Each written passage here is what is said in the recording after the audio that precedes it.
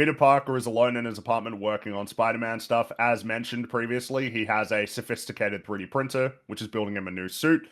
He's tinkering with his web shooters with the assistance of an AI system he created called Evie, that's played by Naomi Watts. I feel like there's something to be said for this immediately. Yeah. I don't know, man. I thought the whole point of the reset was that he was going to have, like, no resources. Go That it back was to going the to be basics. very, very, very homemade. Not to the point that he has, like, a pretty good laboratory where he can build all sorts of crazy stuff with a ultra Stuff that super Bruce Banner futuristic can't 3D do. printer. Wow, to the As point we'll that see. he will Yeah. he will build something that will change the world. It will change the world in ways that Yeah, before the world has even changed in a way that it needs to be accounted for. Yeah, You know? I was thoroughly disappointed throughout this movie, and we'll obviously get into all those points later, with how capable his ability to, like, do tech and things are. He's a very smart person, obviously. I wouldn't want that to be changed, that he's not a smart guy. He should be.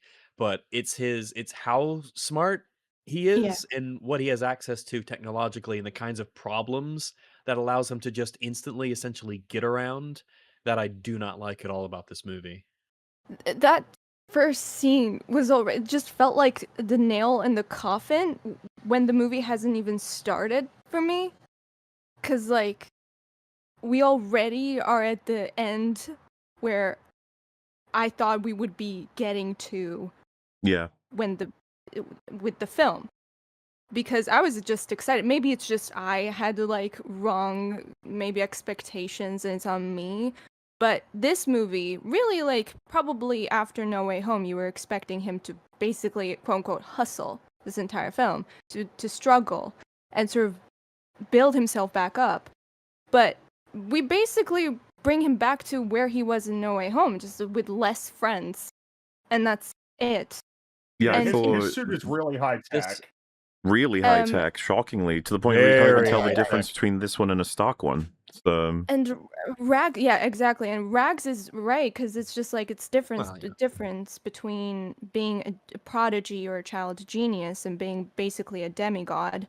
What he is doing in this movie particularly, but there has been precedents of that, but let's not, in this movie particularly, is just like inhuman. And it's just not, I've been in the tech field myself, and I've known many like genius level kids. It's not, life doesn't work that way.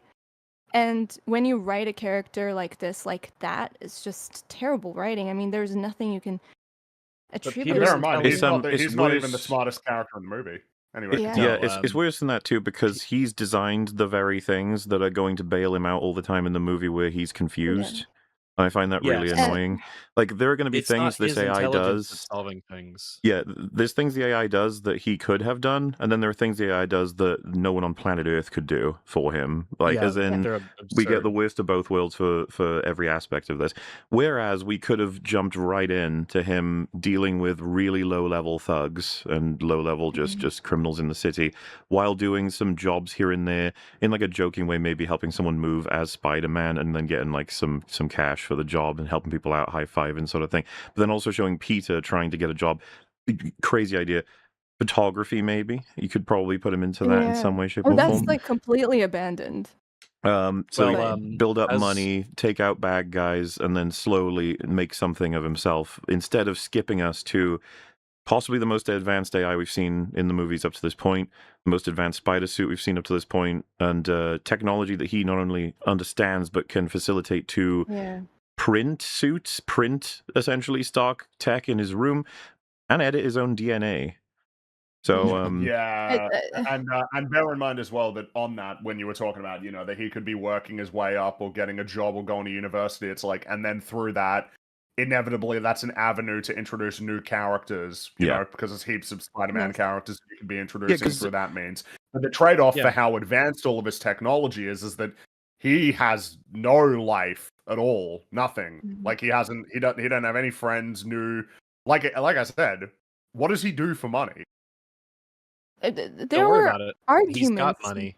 made on Twitter that he's a genius, therefore he has money, because it's like easy for the genius people, and it's just so not true. That is a Well, that didn't profoundly work out for worst hope I've ever heard. Ironheart. I think that's just Falcon. that's just a remarkably stupid thing to say. It is. This Oh, film yeah, is when an the guy excellent comes around and example. says, "Pay me rents," what does he do? And then there are people like he has leftover money or like belongings from Tony or something, and I'm like, sorry. he was I thought that raised. the reason why everybody liked the ending of No Way Home was that he was broken alone. Yeah, and now people it was are on a coping platter, dude. It was right there. It was. It was right there, man. You reset. You purposefully designed the plot of No Way Home to where you could essentially reset him back to basics. He's learned a very important lesson. He's proved his heroism. We're ready to, move forward and see what kind of a person that trilogy has turned him into and how he, Preston Daniel operates from Craig now on. decided that the way that we're going to start is we're not going to progress anything in terms of his personal life, but we're going to progress everything with regard. We're going to skip over, because it's already been said, but we are going to skip over like Spider-Man's Rogues Gallery shenanigans. A lot of that stuff that you saw in the trailer is part of an opening montage, which I already thought would be the case. I had a feeling it had a montage vibe, especially with how they were marketing that they were doing comic book covers. Like they were doing homages to comic book covers. It was like, these will be like 5-second shot, but you're not actually going to do anything with Tombstone. And it's like, yeah, but what about Scorpion? There'll be more of him. It's like, Barely. there ain't much Scorpion in this movie. There really isn't much of that aspect of the friendly neighborhood Spider-Man thing, as will sort of become apparent as we. To what you said, it's not like anyone watches No Way Home and thinks, so Spider-Man's lesson is he will never be connected to anyone ever again. That sounds lame. It's like, no. That was obviously for all the connections he'd made up to that point. He sees like the damage that can be done by being in their lives and everything, but that him going to university, like was mentioned, or doing work where he saves people, or even trying to work with other law enforcement in an awkward way, it just generates connections. It's a huge offer for new people.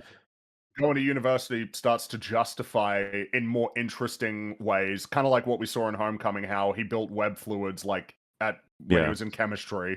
He'd go to school and get the stuff that he needed to do it. So you can just transfer that to university, but at a greater scale, more access, more smart people, like, Dr. Connors or something that he can talk to. Where you could see, entities like Oscorp can be really, useful. Oscorp, something like that, like some sort of internship. You can see where the original, the trilogy's going, and then this film just feels like it goes off the rails completely because this is the time to do a reintroduction of Oscorp, right? Because they said there is no Oscorp in this world. It's like, so all you have to do is they're building up the Osborns as a family, and that they've decided to. It's like Silicon Valley venture capital startup. Well, they could have bought out another company that's huge in tech, and they rename it to Oscorp, and it's like, oh shit, that's where they were. And then you have your own versions, but like you said, Dr. Connors is another avenue. So you could pick an unknown, like from the comics, a story that most people try and make something new and iconic. The one that I was really surprised is like no Black Cat at all, and then no MJ as well. It's like, damn. Well, I say no MJ. No Mary Jane Watson. No Mary Jane Watson. Just say Zendaya. To say it ahead of time, I mean, you are not getting any new friends or romantic interests like in this movie. There's no Gwen Stacy. No Black Cat. Like we're not. They want to set up one for a little bit, but it just doesn't amount to anything. So I'm like, but weirdly, no Jonah as well. The point would be if this is like a brand new day, we still got a lot of stuff that we're going to be hanging up on, and whether or not that was necessary, well, we can talk about that a little bit more as we go. But a brand old day. This movie should have been called Yesterday Again. Yeah. A little bit. Maybe. A little bit. So while he's there Same old with all of his stuff, he opens a drawer on his desk and he finds the coffee cup, which contains the letter that he wrote to MJ at the end of No Way Home. And so it starts narrating as we're seeing stuff, but I guess it's worth reading it out loud because I'm pretty sure you don't get the whole thing in No Way Home. I think you only get the introduction. So a lot of this is brand new. And he says, "Hi, my name is Peter Parker. You don't remember me, but I have something to tell you that's going to sound crazy, but it's the truth. And I know you're going to believe me because you're very good at telling when I'm lying. We used to know each other. Yeah? Sorry. I didn't mean to interrupt. Sorry. I just, for a genius, he writes very much like a juvenile. Oh my gosh. Oh, well, I was going to save that for later, but there's a lot of like run-on sentences in a lot of the writing in this film. Just because he's a tech genius doesn't mean that he's a good writer. It's not Pete's fault. It's the writer's fault. Okay. It's not just him. Anyway, so he says, we used to know each other. We were together, but something bad was going to happen, and the only way to stop it was to make everybody forget me, including you. And so while he says this, like seconds after rediscovering the letter, he receives a notification on his phone. It's like a little Instagram post, because Ned is posting like an Instagram story and a whole bunch of them documenting essentially him going to MIT with MJ. And this is like day one, which this will help sort of contextualize what we're about to see. Like this montage, this is spanning years. This is spanning about 4 or 5 years, something like that. I mean, however long it would take someone to go through MIT for like some, crazy like engineering degree or something. I assume it's like 4 or 5 years. So that's about like the time span here. That's something that's worth keeping in mind, partially for like world building implications. Just keep that in mind. And so he continues, because I'm not just Peter Parker, I'm Spider-Man, and sometimes Spider-Man has to do the hard thing, even if it breaks Peter Parker's heart. And maybe that's my responsibility, to live alone with the truth. But the truth is, MJ, that I love you, and I hope deep down something inside you knows that you love me too. But until then, I'm just gonna be Spider-Man. This is like the majority of what the movie's about already, just very explicitly and clunkily said by the main character to very clunkily. The whole like sometimes Spider-Man's got to do things that breaks Peter Parker's heart. I was like, ugh. Imagine just being like a barista on a random day and some guy comes up to you and tells you all this fucking nonsense.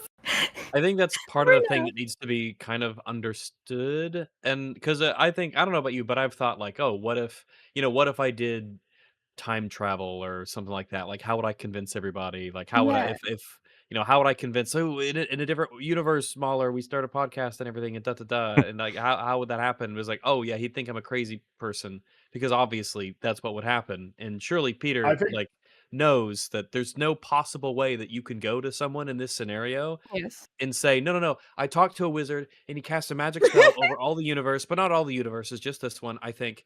And that means that like everyone who knew me forgot about me, because I had to protect you from all the people who are coming after me. But you and we were in love and we kissed and everything. Well, the thing is that, I mean, he could, right? If he did a flip, he'd be like, yeah, see, I'm Spider-Man. Look at that. I did a flip. So you know, I'm telling the truth. Oh, he can convince her he's Spider-Man. We're going to get information as the film progresses. It'll be a triple flip. That's not great in terms of essentially, but we're going to get the perspectives of characters on the nature of how the spell worked. But to be fair to this film, the spell was silly in No Way Home anyway. Like, it's pretty hard to justify how it could work. It inherits that damage, but I don't think it does a great job trying to deal with it. It should have just ignored it and just let the characters be. Oh, you should, move forward. Keep moving forward. But because I'm in full agreement, right? Like, first of all, it was really disappointing to know that I've been worrying about this from the trailers for a while because of the presence of those characters, but he's like, while showing the montage, he's just stalking, man. He's just keeping track at all times, and it's just like, dude. Because while this is happening, he's following him on Instagram. I want to be very clear. There's like the counter notion of but you're suggesting he'd stop caring about them. It's like no. I think he cares immensely about them, but that he makes this very adult decision at the end of No Way Home that one, it's going to be a nightmare getting everything back on track, like Rags was saying, convincing them of this wizard. And even if you do convince them, you've convinced them that there was a past version of themselves that no longer exists. That's not great to tell somebody anyway. So then, on top of all that, I did something to your mind. The most important detail for the character in No Way Home is when he's about to tell her, he sees her injury, and then he stops, thinks, and it's like, is it worth it for her to know me just so that I can know her? Like, basically, is this fair to people to put me in their lives, even if my main... Like, the reason I want it is so much is because of how much it means to me. And it just felt very Spider-Man to me for him to be like, I'm not going to do this to her just because I want it. It's a high point. Yeah, no, I think it's really good.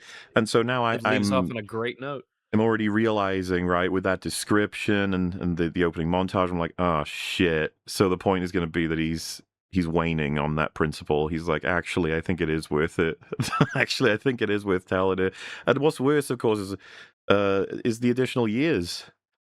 Is like everything's further away now. 4 or 5 years that this is going on. And it just feels like a complete regression of the character, while also pushing him way further forward than we ever would have expected in all the other aspects.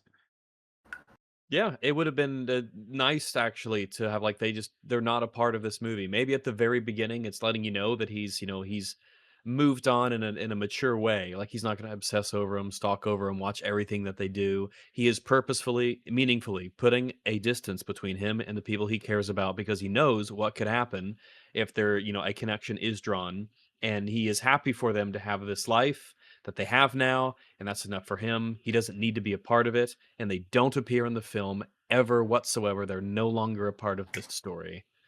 That's not the film we got. No. Look, I can see liking, like being okay with the whole him like following his friends and stuff at the beginning, kind of as a thing of like I could see him potentially relapsing or regressing, which is like a part of life, and especially as a young adult, he might have still missed them and had a nostalgia and like got weaker and weaker over time and relapsed into that. However, I would like that if the movie's message was something entirely different. If the movie was basically, about him doing all that, but then coming out of it and learning his lesson. But it's the opposite that happens. The movie rewards him for that, which, completely defeats what I would potentially like about that storyline. So, if that made any sense. I think so. So no, none whatsoever. Okay. So after that line gets read, he goes swinging, and the fabric shimmers. And I'm gonna say right now, because we're probably not going to talk much about the fighting, or the swinging, like in terms of like how it looks, because I know that people have said that they think it looks good. I don't think that it looks particularly great. I think that TASM has better web slinging than this movie does.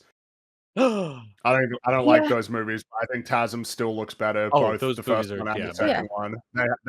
They look way better. Like nothing in this I find particularly impressive on that front. I actually like a limited point of praise as well. Like, even if you accept that they are an improvement over like the last 3 movies, once you get past okay, the web swinging looks kind of cool. What else have you got? Oh, kind of nothing. I don't know. Maybe I'm just not a big enough Spider-Man fan, but I just kind of I'd rather have more Spider-Man fan. Apparently not. No, it's like Sonic fandom or MonsterVerse fandom. Like, you can just never be you good can't enough just for these compare people. Spider-Man fans to Sonic fans, despite how accurate it is. You can't just say that. Yes. Yeah, so he goes swinging around, and the big old montage tells us what he's been getting up to over the last few years. So I figured that the easiest way to do this is to sort of almost break it down into like 2 components. So like his Spider-Man life and the Peter Parker life that basically doesn't exist. So in these 5 years, Spider-Man has fostered a relationship essentially with the NYPD. There's a Detective Rivera. That's like mainly his connection. And it's a strong one. Like he's got a strong connection with the New York Police Department. And he systematically dismantles several criminal organizations throughout New York. And we see that this includes the antics of Scorpion, Tombstone, and the Hand. The Hand. So we need blast from the past. We need to slow down a little bit. I think that this montage plays a little bit. I just want to say dishonest in terms of how it defines the time span that we have, because the way that this montage is essentially contextualized is that we keep seeing Peter watching like videos that Ned is posting of like, oh, it's the first year at MIT. Wow. Oh, it's the second year. Oh, it's the third year. So you're meant to essentially infer that all of this is kind of generally happening over the course of that time. But during the montage, there's a news anchor, which is helpful, always using a news anchor to do that. He says, in the past 6 months, Spider-Man has taken down every criminal organization in New York. And this line feels like it's a line that's trying to deal with Daredevil, because that's kind of the big problem here in multiple ways is Daredevil. And to be it's clear, twofold. No, They can't. yeah. You can't, like, anyone who wants to claim, well, they just completely ignored Daredevil. It's like Punisher is in this movie. Punisher is in this movie, so Daredevil was in the last movie. You can't, and he was in the last movie too. Like, I mean, he was. so yeah, because he was his lawyer. You've got two big problems. Number one, the hand was destroyed in Defenders, which is canon. You can't just tell me, oh yeah, and then the hand appeared and then Spider-Man beat them. You can't just do that. They got beaten in Defenders. Even if you don't, what if I want a big ninja fight and I can't be asked to explain any reason why the hand are there? Can I just do that? Just say that there's a ninja gang in New York. No, they defeated the hand, and it's a new hand, and it's funny because it's a new hand. The left hand off screen. They get defeated off. All you see for him defeating the hand is that shot in the trailer where he launches towards all of them, going at him with the swords. You know, the one at the end of the first trailer. That's all you get for the hand. Yeah, you could have introduced the foot from Ninja Turtles. But I think that even if you don't take into account like the hand being defeated in Defenders, if you go into this like not knowing that, which I would say is it's just most people. That's just the majority of people who watch this. People, sure, yeah. But it just kind of seems like in a throwaway line, yeah, it's like, oh, they were like a really really big deal though. They were like killers. They were super highly trained killers. That Daredevil and all that stuff were using magic and stuff. Yeah, like this was like a huge deal, and it's like, oh, Spider-Man just beat them all. I'm like, oh, that kind of like really devalues the hand as an antagonistic force to just say that, oh yeah, he dealt with them. They're done. Well, I mean, it denies Daredevil the possibility to use the hand ever again, like some resurgent hand, and we just don't have anything. And basically, all we see of the hand is like 6 ninjas. Basically, you got like about 6 or 7 ninjas. Oh, fuck me. They just needed guidance, man. Yeah. Well, we'll get there. And then, of course, like I said, that's one thing. Number 2, this film just doesn't acknowledge that there was about a year in the MCU where New York turned into a fascist dictatorship under Kingpin. And he specifically signaled that he was going after Spider-Man. Like, he was an anti-vigilante fascist dictator that took over New York. And we're just gonna ignore, like, and by the way, this film doesn't pretend that Daredevil doesn't exist. Sheila is the new mayor of New York. Yeah. Sheila, the collaborator of the fascist dictatorship, gets away with it clean, cuts a deal or something, and she's now the mayor and hands the key to the city to Spider-Man in this montage. What did Spider-Man think of Kingpin just murdering people as the mayor? Like, just slamming people against walls and shit. He couldn't interfere. He didn't do anything about it. Yeah, he was too busy going to his job. He ran off. He was too busy watching Ned's live streams. Again, it does feel awkward. Spider-Man dismantled every criminal organization except the fascist dictator that took over the city and specifically targeted and disappeared people. Small potatoes. And then the mayor went insane and murdered a bunch of innocent people in City Hall with his bare hands. I didn't know Neil Druckmann directed Spider-Man Brand New Day, where he stops at the top. The answer, the whole point I'm bringing up here is that it doesn't want to deal with that. It doesn't acknowledge that. Oh, completely it is incompatible with it. They are incompatible, which is very awkward when the Punisher is a prominent character in this movie. He's in it a lot. So yeah, this is what happens when you set everything in New York. Also, there's more cities on the globe, and the United States has a plethora of large cities for you to choose from to set your movies and settings in. They don't all have to be New York. The thing is that Spider-Man and Daredevil are very inextricably tied to New York, so they can't be removed from it.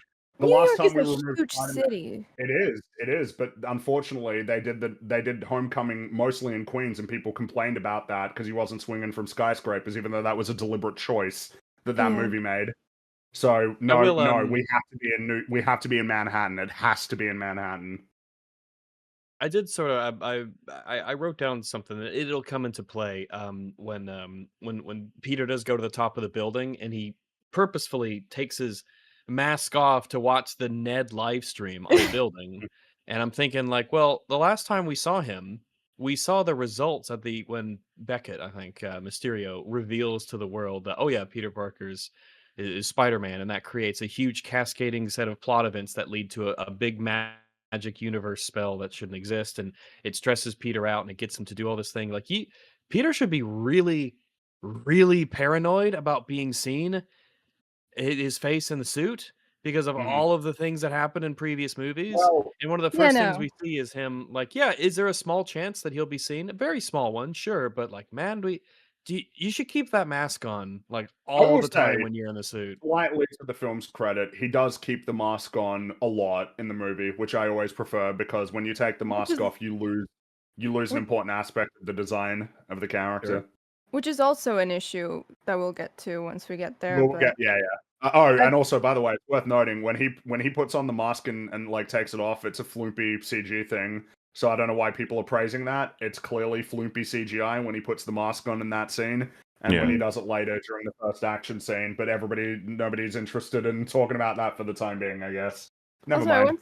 I want to nitpick, like, take a moment to nitpick, like, Ned's Instagram stories or whatever the fuck that was.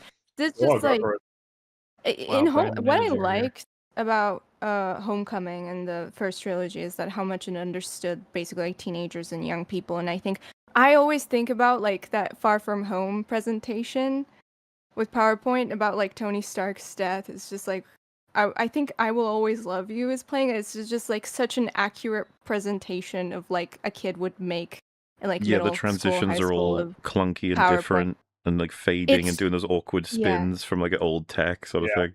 It basically understands teenagers and it understands the young school people announcements and the and newer Homecoming. generation. Just how stilted and awkward they were.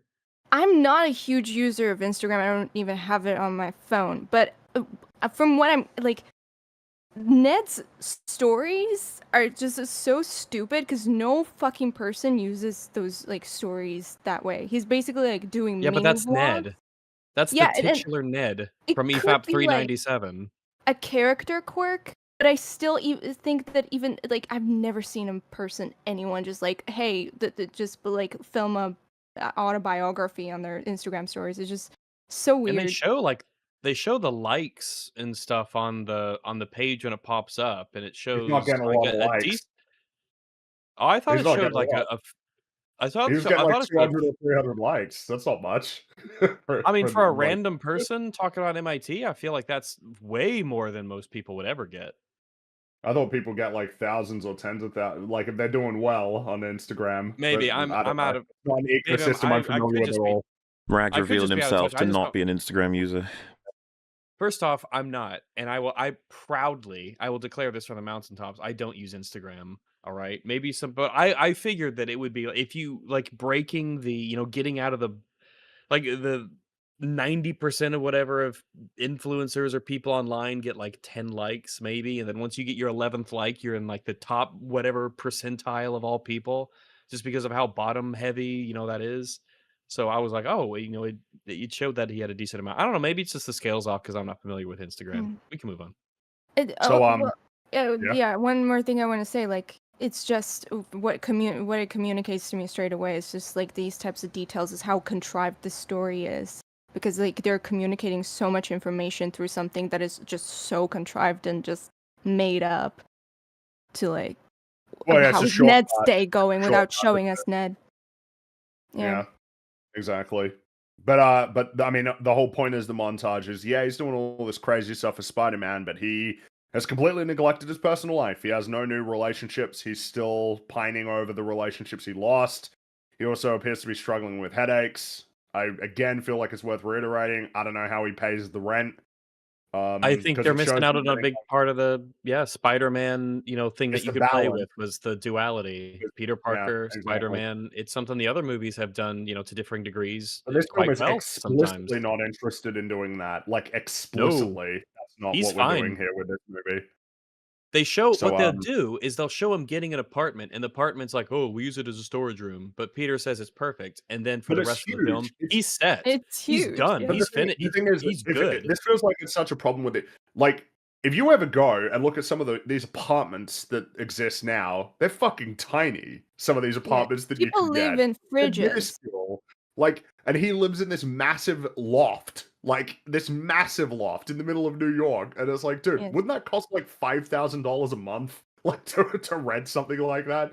It feels like these movies need to update, like, with how much it costs to live in New York. It's always been expensive, but like, the idea that he could have that while seemingly not having a job is insane. Like, that would Maybe it cost was in like the small print $6,000 of a month. Doctor Strange's spell. It's like everyone will forget Peter Parker is Spider-Man except the bank account number and the social security number and all the stuff he actually needs to live. Someone has pointed out that it has It's asbestos in it. magic. I don't think that makes. Even though it's got asbestos, it would still probably go for like $5,000 a month. That's kind of the worst the point. I don't know.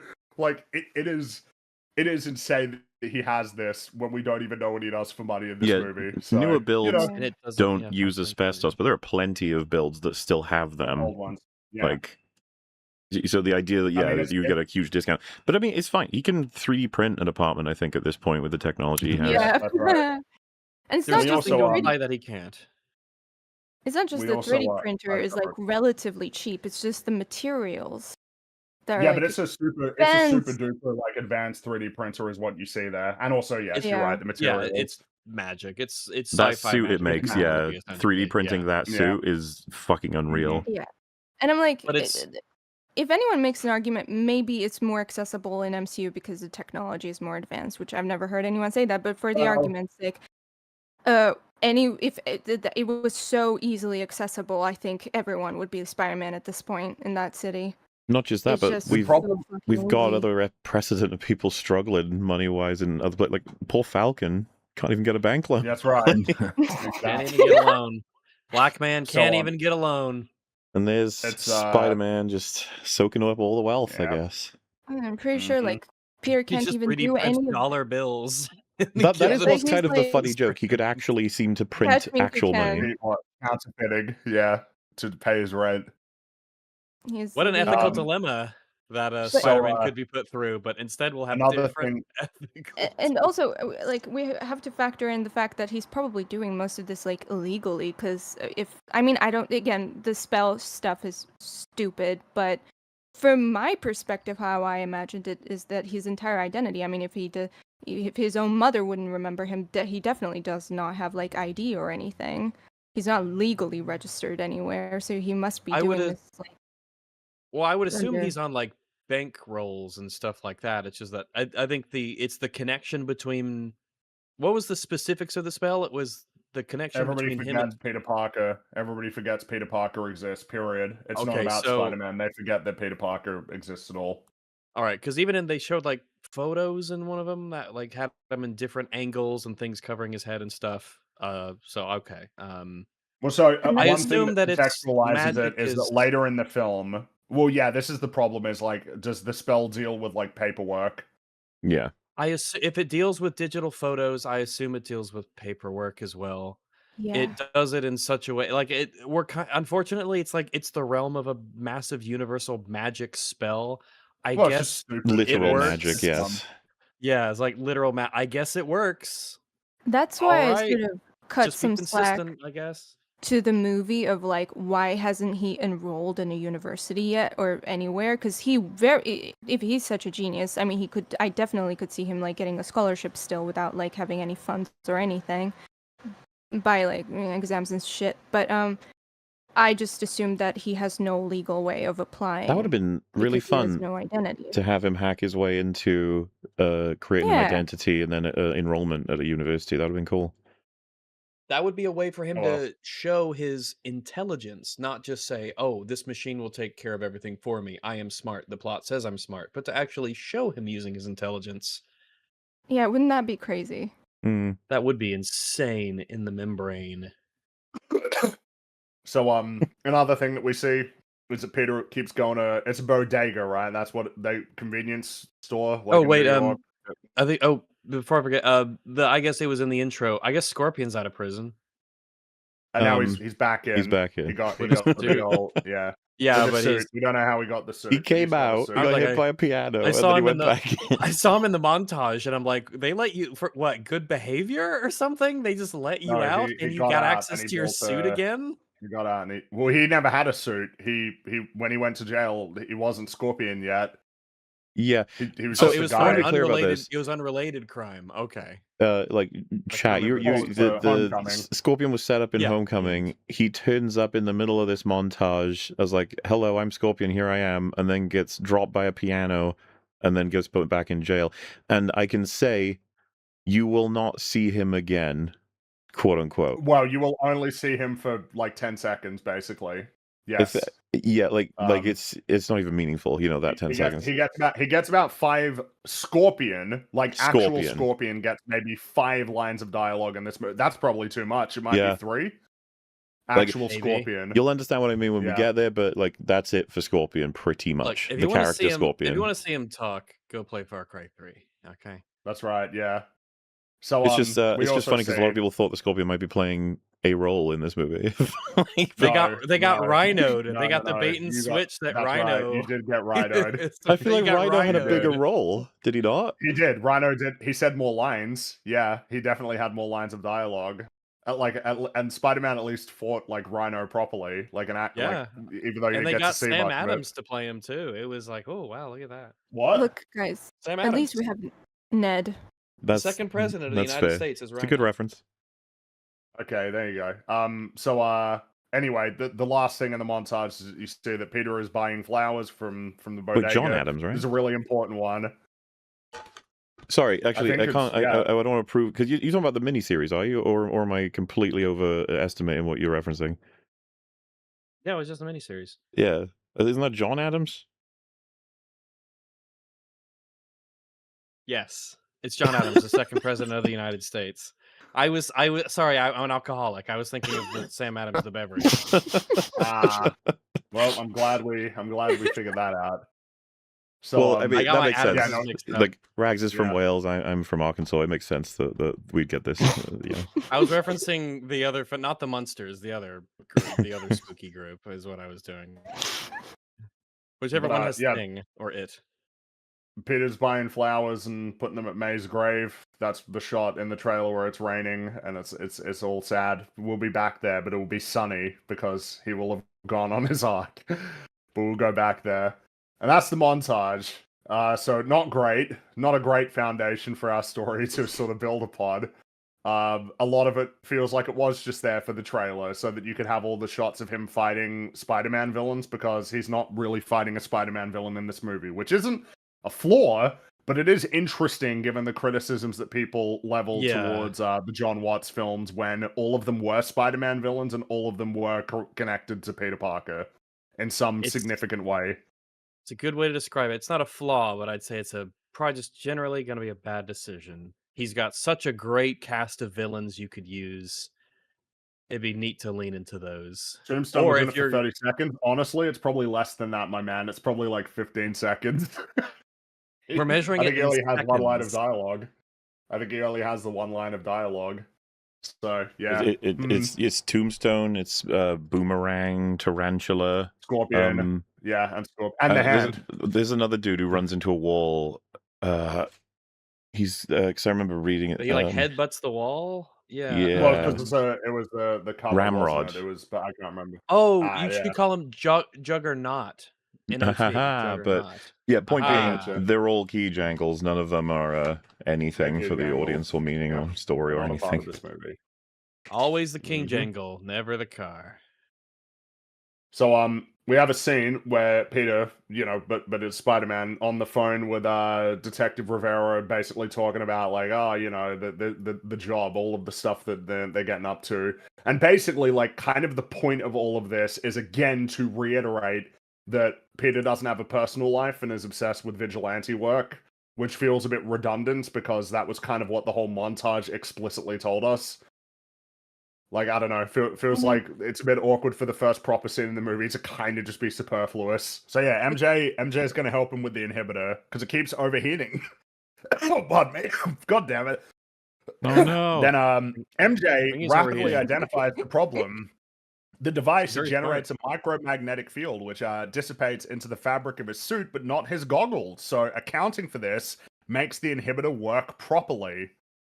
I hate this. MJ, I just don't think she makes MJ is insanely smart. She fixes the universal inhibitor, guys. Her trait should not be that she is smarter than Peter. Oh, to me, maybe thinks outside of the box sometimes or something like that. But I'm like, no, not this is like Peter's wheelhouse. If anything, Peter made this insane advanced AI and all this technology. He 3D printed this shit himself. How is he missing this stuff? But MJ's picking up on it. And it already works on everybody else as well. It's only him, this universal thing. The only person it doesn't affect properly yet is him. He's that good. He's already broken the entire universe until she comes along and say, "Oh yeah, by the way, your goggles." And so it's problem solved. Now it truly is universal. Everyone's referencing it, by the way. Oh, MJ, that is genius. Everyone's referencing what this is. It's very obvious what this is, and we used to be able to recognize these things, but for some reason, everyone's having trouble with this movie. I'd say. What, are you saying that there was a compressor that was bypassed? It feels as though a compressor was indeed bypassed, and the thing about it is, this conversation people have, they're like, well, to be fair, she was learning, she was studying this, that, and it's like, well, to be fair, Ray is a scavenger. Ray is familiar with, like, the circuit boards, and Ray's familiar. Because we all know what actually happened, which is that a lot of Spider-Man media lately has been very insecure about like Mary Jane. Obviously, this is Michelle Jones, but MJ, like a lot of the Spider-Man PlayStation 4 and all that was pretty insecure about what they needed to do with MJ, to the point that they made playable missions that nobody likes. It feels like there's this thing of MJ can't be like what she was, for instance, in like the Raimi movies, where the things that she's pursuing are actually like kind of just totally unrelated to the kinds of things that someone like Peter Parker would want to pursue as a person. For the last 10 years, 15 years, it feels like they've been very, I'm not so sure with Gwen Stacy, because they made her like more, I don't know though, in the comics, is she like very science oriented? Because she was in the TASM movies. She was like at Oscorp, right? And she was into all of that stuff as well. It's like you actually have them sort of treading on each other's heels by doing this, rather than having them necessarily lean into their respective interests. They help each other because they're different. She sees things that he might not see because they're just wired a little bit differently, but they kind of complement each other in that way. And I hate this scene. I think it is in this scene where it's shown like she takes a single look at the screen, or whichever the scene there is she takes a look at a screen and she's like, oh, right away understands everything that is going on with this genetic wiring and everything. You think it should take her like 10 seconds to figure it out? Like she's some idiot? Look, and the thing is, this is like another precedent of not just like MJ being terribly written, but also like MCU keeps treating tech like magic, because like I think I'm pretty decent at coding, but you show me a code or anything on screen that is made by another person, it will be just as much of Chinese to me as it would be to someone who has never coded a single line in their life. Because that's not how tech works. Files for Halo Campaign Evolved. Let me open up the local stuff here, and I'll just paste those to you. Yeah. And it's just, you can't understand stuff like that just by looking at the screen. You have to, even if you are knowledgeable and it is your field of expertise, you actually have to like put in a lot of effort to actually understand shit like that, and especially to like the intricacies that it is with Peter's case. So it's so annoying to me. What's so funny when the context was, oh, well, I thought about doing this before I actually did a different major. It's like, so this isn't even really like, you didn't even study this, which alone wouldn't make you an expert in anything. But I mean, it's more so just story things. It's like, you probably should try to avoid having characters essentially like have the same like narrative function in terms of advancing the plot. Kind of boring. They also just, stories have been doing this forever. What you have happen instead is that they both just talking about shit, and she starts talking about different subjects, different areas of whatever she's doing in school or whatever, and then he goes, oh, wait a minute. And then he starts thinking about something, put different things, but he goes, oh, that's what it is. Like some distant connections. How we always solve these problems if you want like a revelation. You don't have her go over, study it, and be like, I know what the answer is. It's going to be this. And it's like, dude. Yeah, I mean, if it was a scene of like, MJ sitting down, can you explain how this works so we can like work together? Maybe like point out things that we can rule stuff out. And he's like, okay, this is how it works and stuff like that, or whatever. And she's like, maybe it's your goggles, maybe like something like that. You could play it off. I think she specifically says, what about your goggles? Like she already knows what the answer is. Yeah, that's Peter's definitely like, how it plays. I would keep her like in the realm of, I wouldn't even necessarily put her in a fucking science like Just have her say something. I'd put her in something different. This is solve the problem with writing. Have it get onto a topic through talking about school or life or whatever that makes Peter just go, "Oh fuck, of course," like they do in House or whatever all the time. Someone says something like, "Hey, I hit an apple." Peter, do you have lupus? A fucking minigun, that he's like, "That's it, apple and a minigun. I got it." No. Anyway, it's so funny to me, like everything, like it's Mark Ruffalo's Hulk and Peter Parker, these two geniuses talking about like genetic wiring and stuff like that, and anomalies and mutations, and she just takes a single fucking look at that screen and she's like, I know what we were talking about. Yeah. But yeah, no, it works. He puts it on and it works. It sorts out his problem. And then MJ decides to look at the script so that she can talk about theme. Yeah, because does that a lot. She's concerned about the inhibitor. Says it's the kind of thing one would put on a monster, and that Peter isn't a monster. He's just a guy who's changing. It's like, that's exactly what Bruce said. It's also just insanely bizarre. Just picture yourself being like, you got some kind of like a mutation that makes weird things happen. You're trying to sort of suppress it. And he's like, yeah, it's like, that's what monsters do, buddy. I don't think you're a monster. You're perfect the way you are. You have no idea what I'm suppressing. Everyone in the world who's a theoretically good person has all kinds of medications to suppress horrible things about it. Like, why are you pretending like what? Would you say this to Hulk? Hey, you're just a guy who's changing, okay? Would you say Don't this? worry about Would you say this to someone going through chemotherapy? We don't come across it all the time, but this is just a classic example of like MJ doesn't get to be a character in this movie. She's the fucking sock puppet for the theme and the writers. Yep. Well, if there is something also, actually, it also made me wonder about like a potential alternate movie where Peter is tempted by the power that the surge of spider hormones give him, and he's like, oh, do I give in? Do I actually want to suppress this? I've got a taste of it, and it gives me the power to fight the villain, and I might need to do it, but the risk and what does it mean? And he dances the silly dance. Yeah. Well, definitely, we have to have that. Absolutely. But that's never even like a thing. It's like, yep, the spider thing is just bad and I need to stop it. But obviously in the end, it's like, no, actually it's really good and it makes you great and you coexist because you just do now. And there's never like a struggle for Peter. And he never has to make a decision. He's never torn between like option A and option B and the risk reward of it. Oh, well, never mind. Oh, well. So the following morning, Frank wakes up Peter. He's holding the letter in his hand, and he places it on the desk before explaining to Frank that he's created the universal inhibitor, which will stop Jean.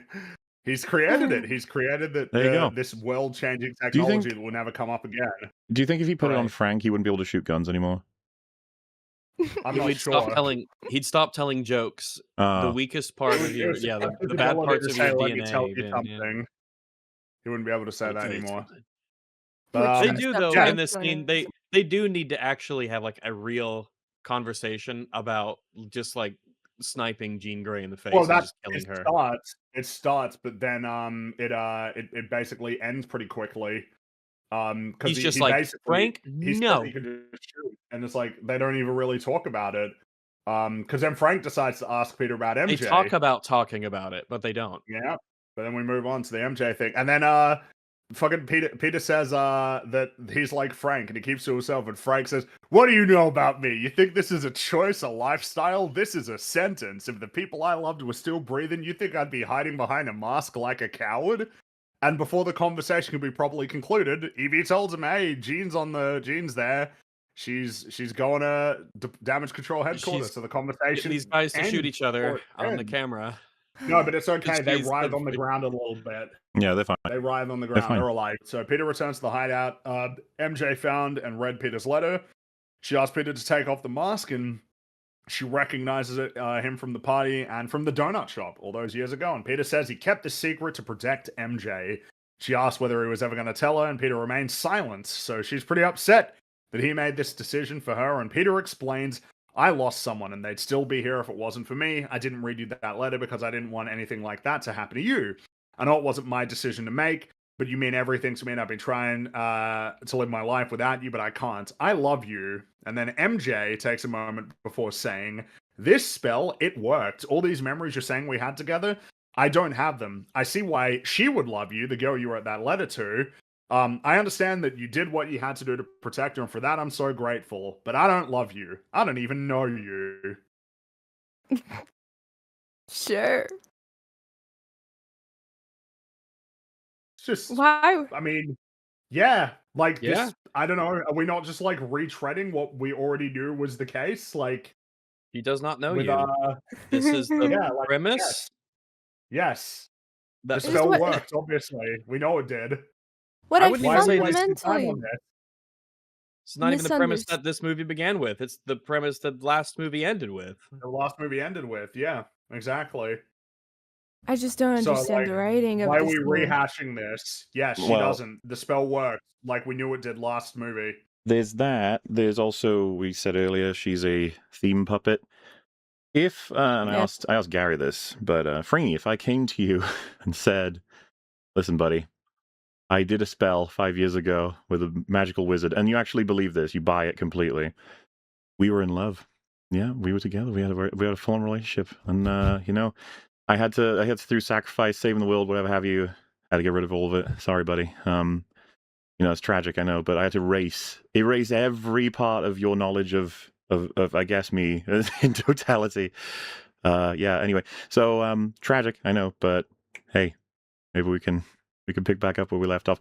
I assume instead of you saying, "I'm sorry, Mola, that guy isn't the same guy as me, and so I don't love you," you would be instead like, "Wait, what did you do to my brain? Yeah. What have you? Am I even? Yep. Did you kill me?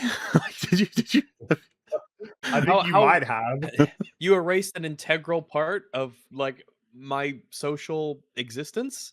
Like you were a huge chunk of my life to the point where we loved each other, and you removed all of the information. I think this is just adjacent to the same problem that a lot of stories don't understand, like mind control or possession or any of these things and the horrible implications. But yeah, if you just like delete someone's memories, you're kind of like getting rid of that person. You're killing a part of them, yeah. Yeah, I'm not going to be spending. You are comprised of these things. So if it suddenly gets snipped out and gone, yeah, like you kind of you could maybe say that you kind of killed that person, like removing a brick from a wall. Yes, exactly. I'm not going to be concerned with making sure his feelings aren't hurt and that I can tell him and explain to him, I don't know, philosophically or epistemologically, like how this would work, what is true about us and what it means to be true about memory and people. I would instead just be like, who am I? What did you do to me? What the fuck? What else did you take out that you're not, you know, how much did that comprise? What aren't you telling me? Can I even trust that any of this? Is this the first time we've had this conversation, or have you done this multiple times? Yeah, it's a horror like the Guardians premise, of the Galaxy 3 conversation with Mantis. Oh my god, that's a good example. Thanks, James. How many times have you done this? You can just do this at whim. How many times has this happened? You're right. You might have to grab him and scream in his face, "What am I?" That might actually elicit that kind of response. What am I? She's so obviously unable to articulate like what this means for her and her life and what it's done to her. Instead, she's like shackled to saying, "I'm sorry, Peter, but you know the person you loved and who loved you just doesn't exist anymore." Is this? Yeah, it's a bit freaky. That is you. That was. And as you guys pointed out already, it's like that person. Sorry, that was past you. That was the payoff of No Way Home, guys. It was a lot more subtle, I guess. It's just I don't know what to say at this point. It needed to be spelled out, and then it's like, oh wow, that's an amazing movie right there. Fuck that John Watts loser piece of shit. You suck. A lot of people have been doing that. They've been very mean to John Watts. There was even a guy who said, like, fuck you, John Watts, and then his tweet got a little bit popular, and then he was like, well, actually, no, Homecoming is, like, my favorite movie, Spider-Man movie. Yeah, I don't have patience for that kind of thing. It's just, like, you're so desperate to farm engagement on Twitter that you just, like, betray, like, your own, like, beliefs? Just completely and utterly? Doing the charity and saying, well, let's say, you know, somebody who genuinely does believe that, they really do hate John Watts. Why? And why is this better? Because this isn't better than that. Like, I don't really understand what he did to piss off so many Spider-Man fans. He put Spider-Man in an environment where he doesn't swing from skyscrapers. Right. He has Spider-Man swing around, but the suit doesn't wobble a bit in the wind, even though the Raimi suit doesn't do that either. It's because he has relationships with other superheroes in the Marvel Cinematic Universe, just like this movie has, with him interacting with people like Hulk and Jean Grey and Punisher, who aren't Spider-Man characters. It's because the visual effects were bad on a movie that got rushed out the door, that he had no control over or not, the film getting released in 2021 when it was made during COVID. Like, I don't know. It's just kind of crazy how much essentially slander John Watts gets when given the circumstances that, number one, he inherits a Spider-Man movie where he's locked in that Spider-Man's origin has already happened well before his movie is set because of what happened in Civil War. In Far From Home, he's locked in that his movie takes place after Endgame, and he needs to incorporate that, and he is obliged to incorporate what was already present in his Prime movie, but also the further developed relationship between him and Tony that occurred in a movie that he didn't make, that occurred in Infinity War and Endgame, and he was locked in on that. And then he was locked in on figuring out how to make No Way Home work when it was supposed to come out after Multiverse of Madness, but then Multiverse of Madness got delayed, and he had no ability to determine when that movie was coming out, because Sony wanted that movie coming out in 2021, made during COVID under like intense pressure and time constraints.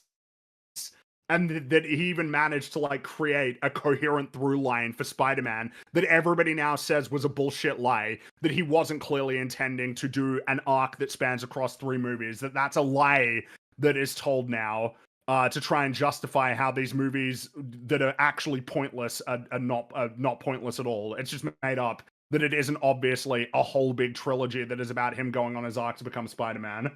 Like, I don't know, man. It's just crazy to me. Like, and then this is the movie that you get as a consequence. All your characters are ruined. Nothing makes sense. I mean, like, it's worth to say, like, the trilogy that came, the Spider-Man trilogy that we got here before this, like, there is great stuff in there. Like, better than good. Some of it is like it's legitimately great. A lot of like, bad stuff in there too, sure, but like, but the highs are high. Please tell me how Vulture, Mysterio, or Green Goblin, or by extension Electro, Doc Ock, how their dysfunction, whatever dysfunction you could point to, which you will struggle a little bit because they're relatively coherent villains rather, all of them, that can even approach what we've got right now with Jean. Please Jean tell is me. Maybe the worst. To reiterate, Jean might be the worst of all the villains. Possibly. I think it's a real competition. An argument can legitimately be made that of the dredge that we have of terrible villains in the MCU at this point, she might somehow be sitting at the top of the heap. The worst of the worst. The anti-John Walker phenomenon. It's they tried so hard to make a villain, they accidentally made a hero. And here they're trying so hard to make someone who's got a tragic backstory, they accidentally make a really, really horrible villain. It's kind of just remarkable. Like, all the accusations you can make about any flaws, or perceived or real, in the last 3 of these movies all apply much more strongly to this one. But this is a villain. He gets it's not to swing. A Spider-Man villain, and it's a villain that doesn't have any real connection to Spider-Man at all. It's just because Spider-Man was the first person and the main person to get in her way. If it was Yelena, which it could have been because it's in New York, or the New Avengers, it could just as easily translate to them. Anyway, yeah. Good. Yeah, but Yelena wouldn't be caught dead fighting crimes, so. Yeah. So, good stuff. Anyway, there was that scene, and that's the end of that. And so Peter takes MJ home, and she invites him to meet Ned, and they come up with a very unconvincing story of how they met, but Ned believes it. Yeah. And so Peter and Ned work on a Lego X-Wing while talking about Spider-Man stuff. And also, like, the fact that, like, none of this should be happening. I mean, if anything, Peter should have never taken off his mask when MJ said so. He should have gotten the fuck out of there and not, just get away. You got to get away. But also, I guess if you've gotten to this point and she says, hey, do you want to come up and talk to Ned? Peter should have said, no, I don't want to involve him in any of this. That's the whole fucking point of the last movie. This guy will not. This film disagrees with that.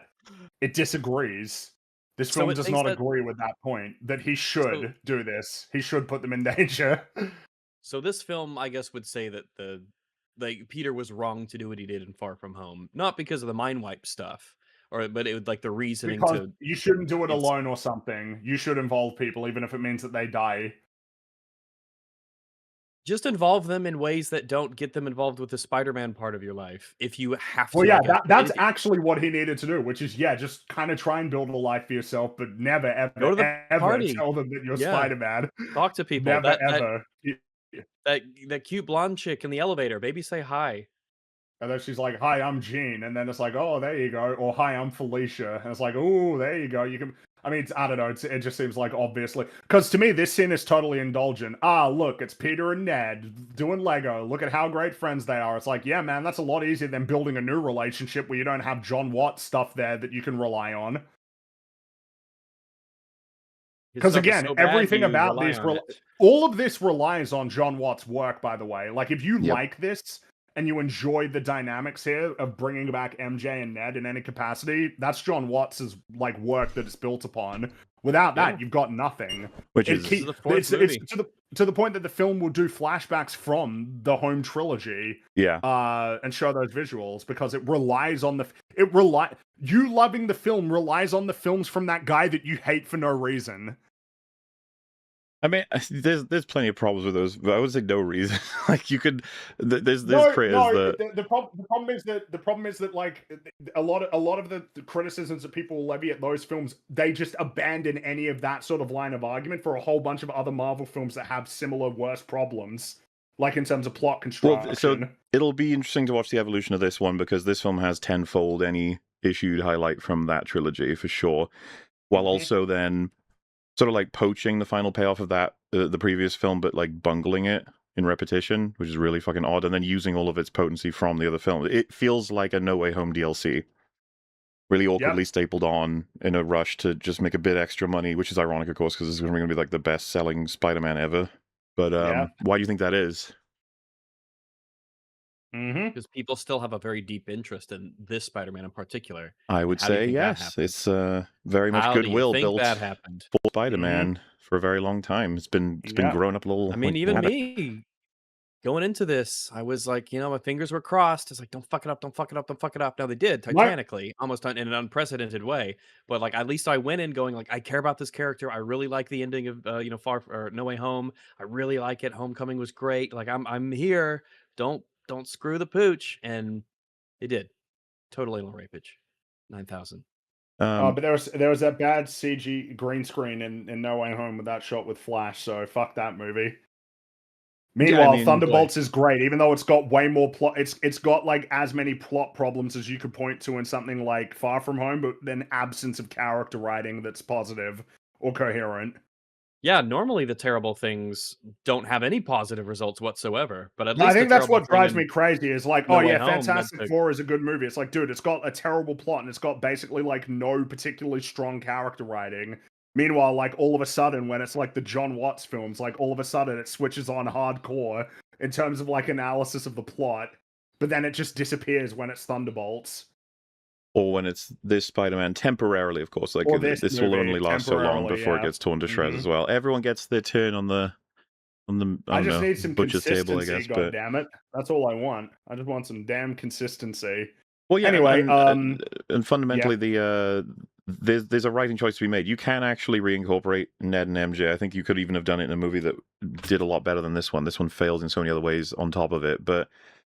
It just seemed like the obvious direction of exploring the isolation through not having him lonely, stalking, and then reconnecting, to instead be forced into making more connections for other things, right? Like his job, like school, like technology, like practicality with whatever have you. It's like that just seems the way you do it, and he's just isolated as a person that all these new characters notice that, and they're like, "You're kind of weird, bro." And he's like, "Yeah, that's great.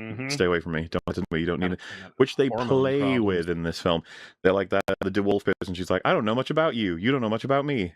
Like, all right. You should get some friends. That's what I'm saying. Like, there's... Oh, and they have Yelena be like, I'm glad you have friends. You're not alone. You're pretty lonely. It's like, you're not really... You're just telling me all these things. You're not really... Would have been nice to have, replaced all of these random awful characters with a new set, a new world. And to be honest with you, I think Sony should have opted for that in the sense of, let's build out, like we mentioned, the Osborns, or... Dr. Connors or Black Cat or other friends. Like you got so much leverage and momentum with Peter. You might want to infuse some new characters with him before something happens. Yeah, exactly. But instead of going like, yeah, let's make Craven the Hunter or Morbius. Yeah, which is crazy, by the way.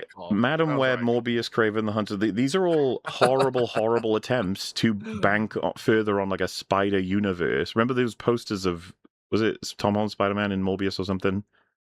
Like yeah. But then they couldn't make up their mind. And on Venom, that one. of course. Her web binds them all. This is what I'm saying. Is like they're getting away with shooting duds constantly because Spider-Man is just charging ahead, so they can keep trying. And it's just like you should probably, have some better plans here. Because I think at this point with how potent Spider-Man is like they really don't need the MCU at all. I guess there's probably some benefit that is extracted from Spider-Man movies being able to bring in Hulk and stuff like that. But I think But the thing is that, I mean, I don't know why they wouldn't be trying to do Spider-Man villains, like, I mean, that would work totally fine. I mean, case in point in those other movies, as much as they incorporated, like, Iron Man or Tony Stark or Doctor Strange, they are about Spider-Man characters. If they just went to Spider-Man's Rogues Gallery and used those instead of the Marvel characters, the ones that we got for the MCU, and it really was, like, completely decoupled from the MCU, realistically, do you think people would really notice? With how little they actually interface it in with the MCU in this movie anyway, fuck it, just don't bother. If it's the only reason they bother is for the cameo purposes. That's it. It's not for any like real storytelling. And they've gotten blatant confirmation at this point that the writing don't fucking matter. Like you'll be fine. You'll make plenty of money on Spider-Man specifically. You drop out Hulk and Punisher, drop in. You could bring in Tobey Maguire Spider-Man again. Make a full movie with those two. Like who cares? No one's gonna. It's not like they care about like multiverse mechanics at this point. I know it's been said. It's like they wanted a street level film. That originally this was going to be a multiverse film, and they wanted it street level and stuff. I'm amused because it brings us back to the fundamental question of like you can write a multiverse film well, and you can write a street level film awful. Yep. Yeah. Anyway, so they're up there playing with their Legos, having fun.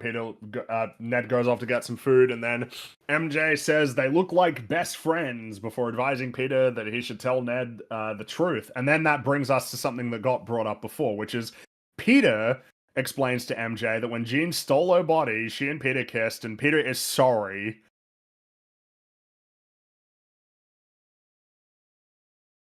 I figure I'll just let that linger a little bit.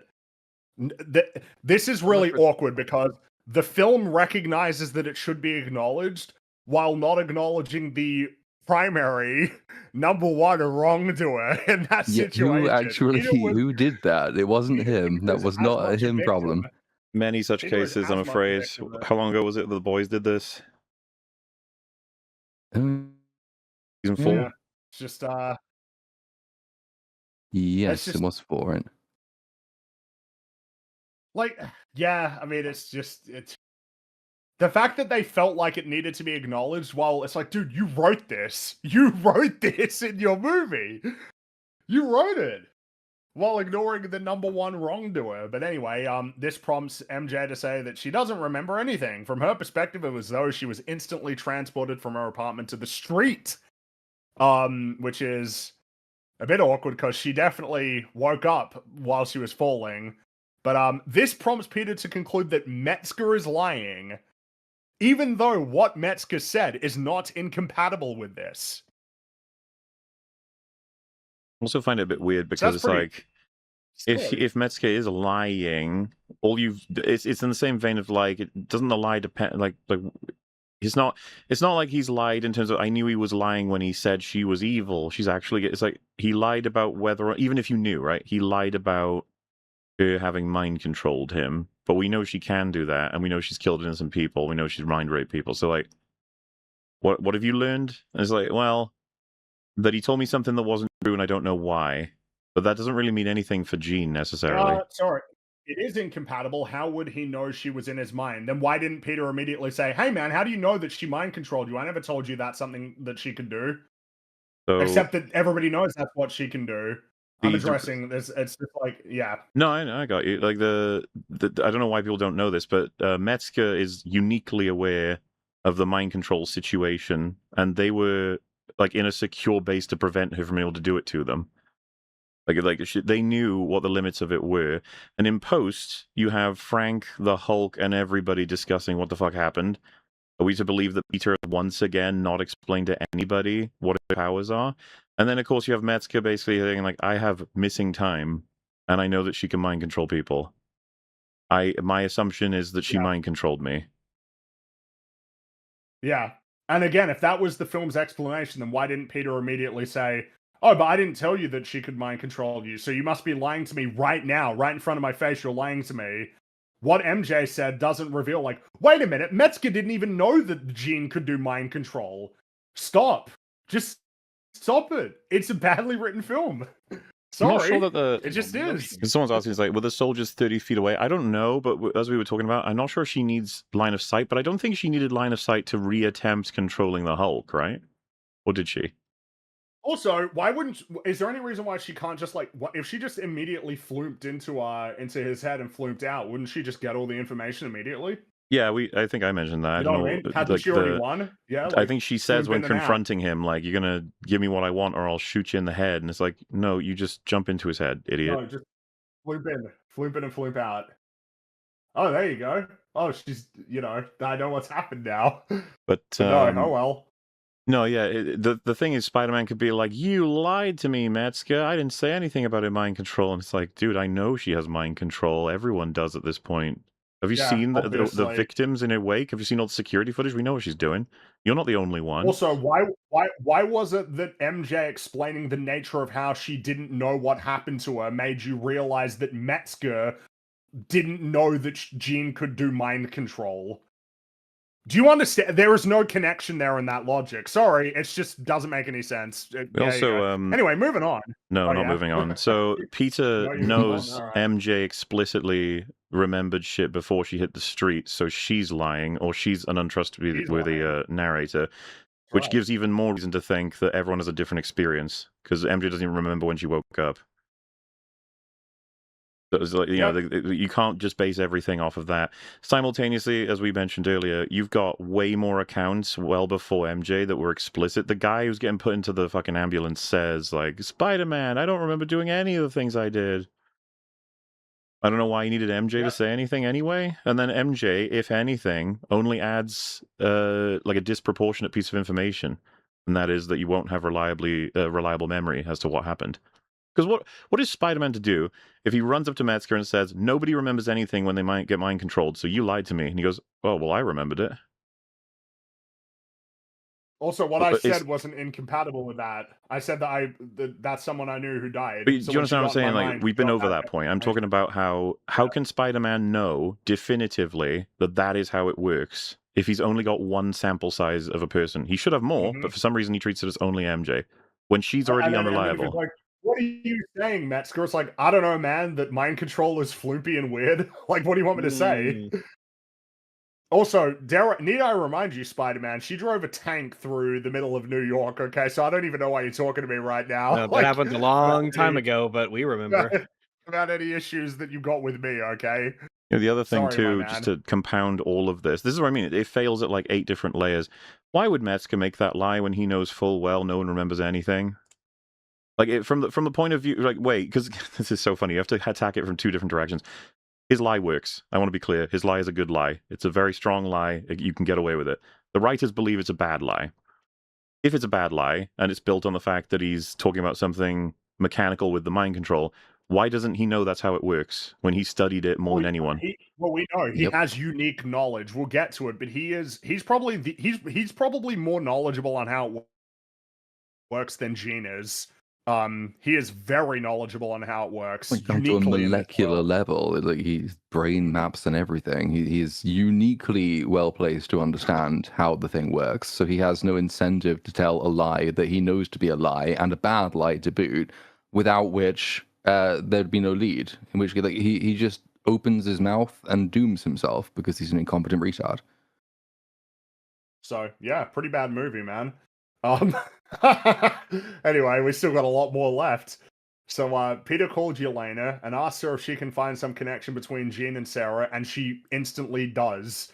She says damage control scrubbed a lot of information about Jean's sister, Sarah Gray, who was also a telepath who damage control captured and experimented on.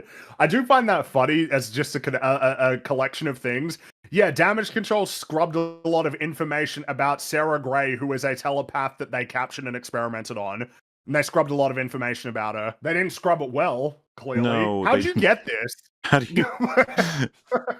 I see they've scrubbed information. You're like, what information? It's like, I don't know, it's scrubbed.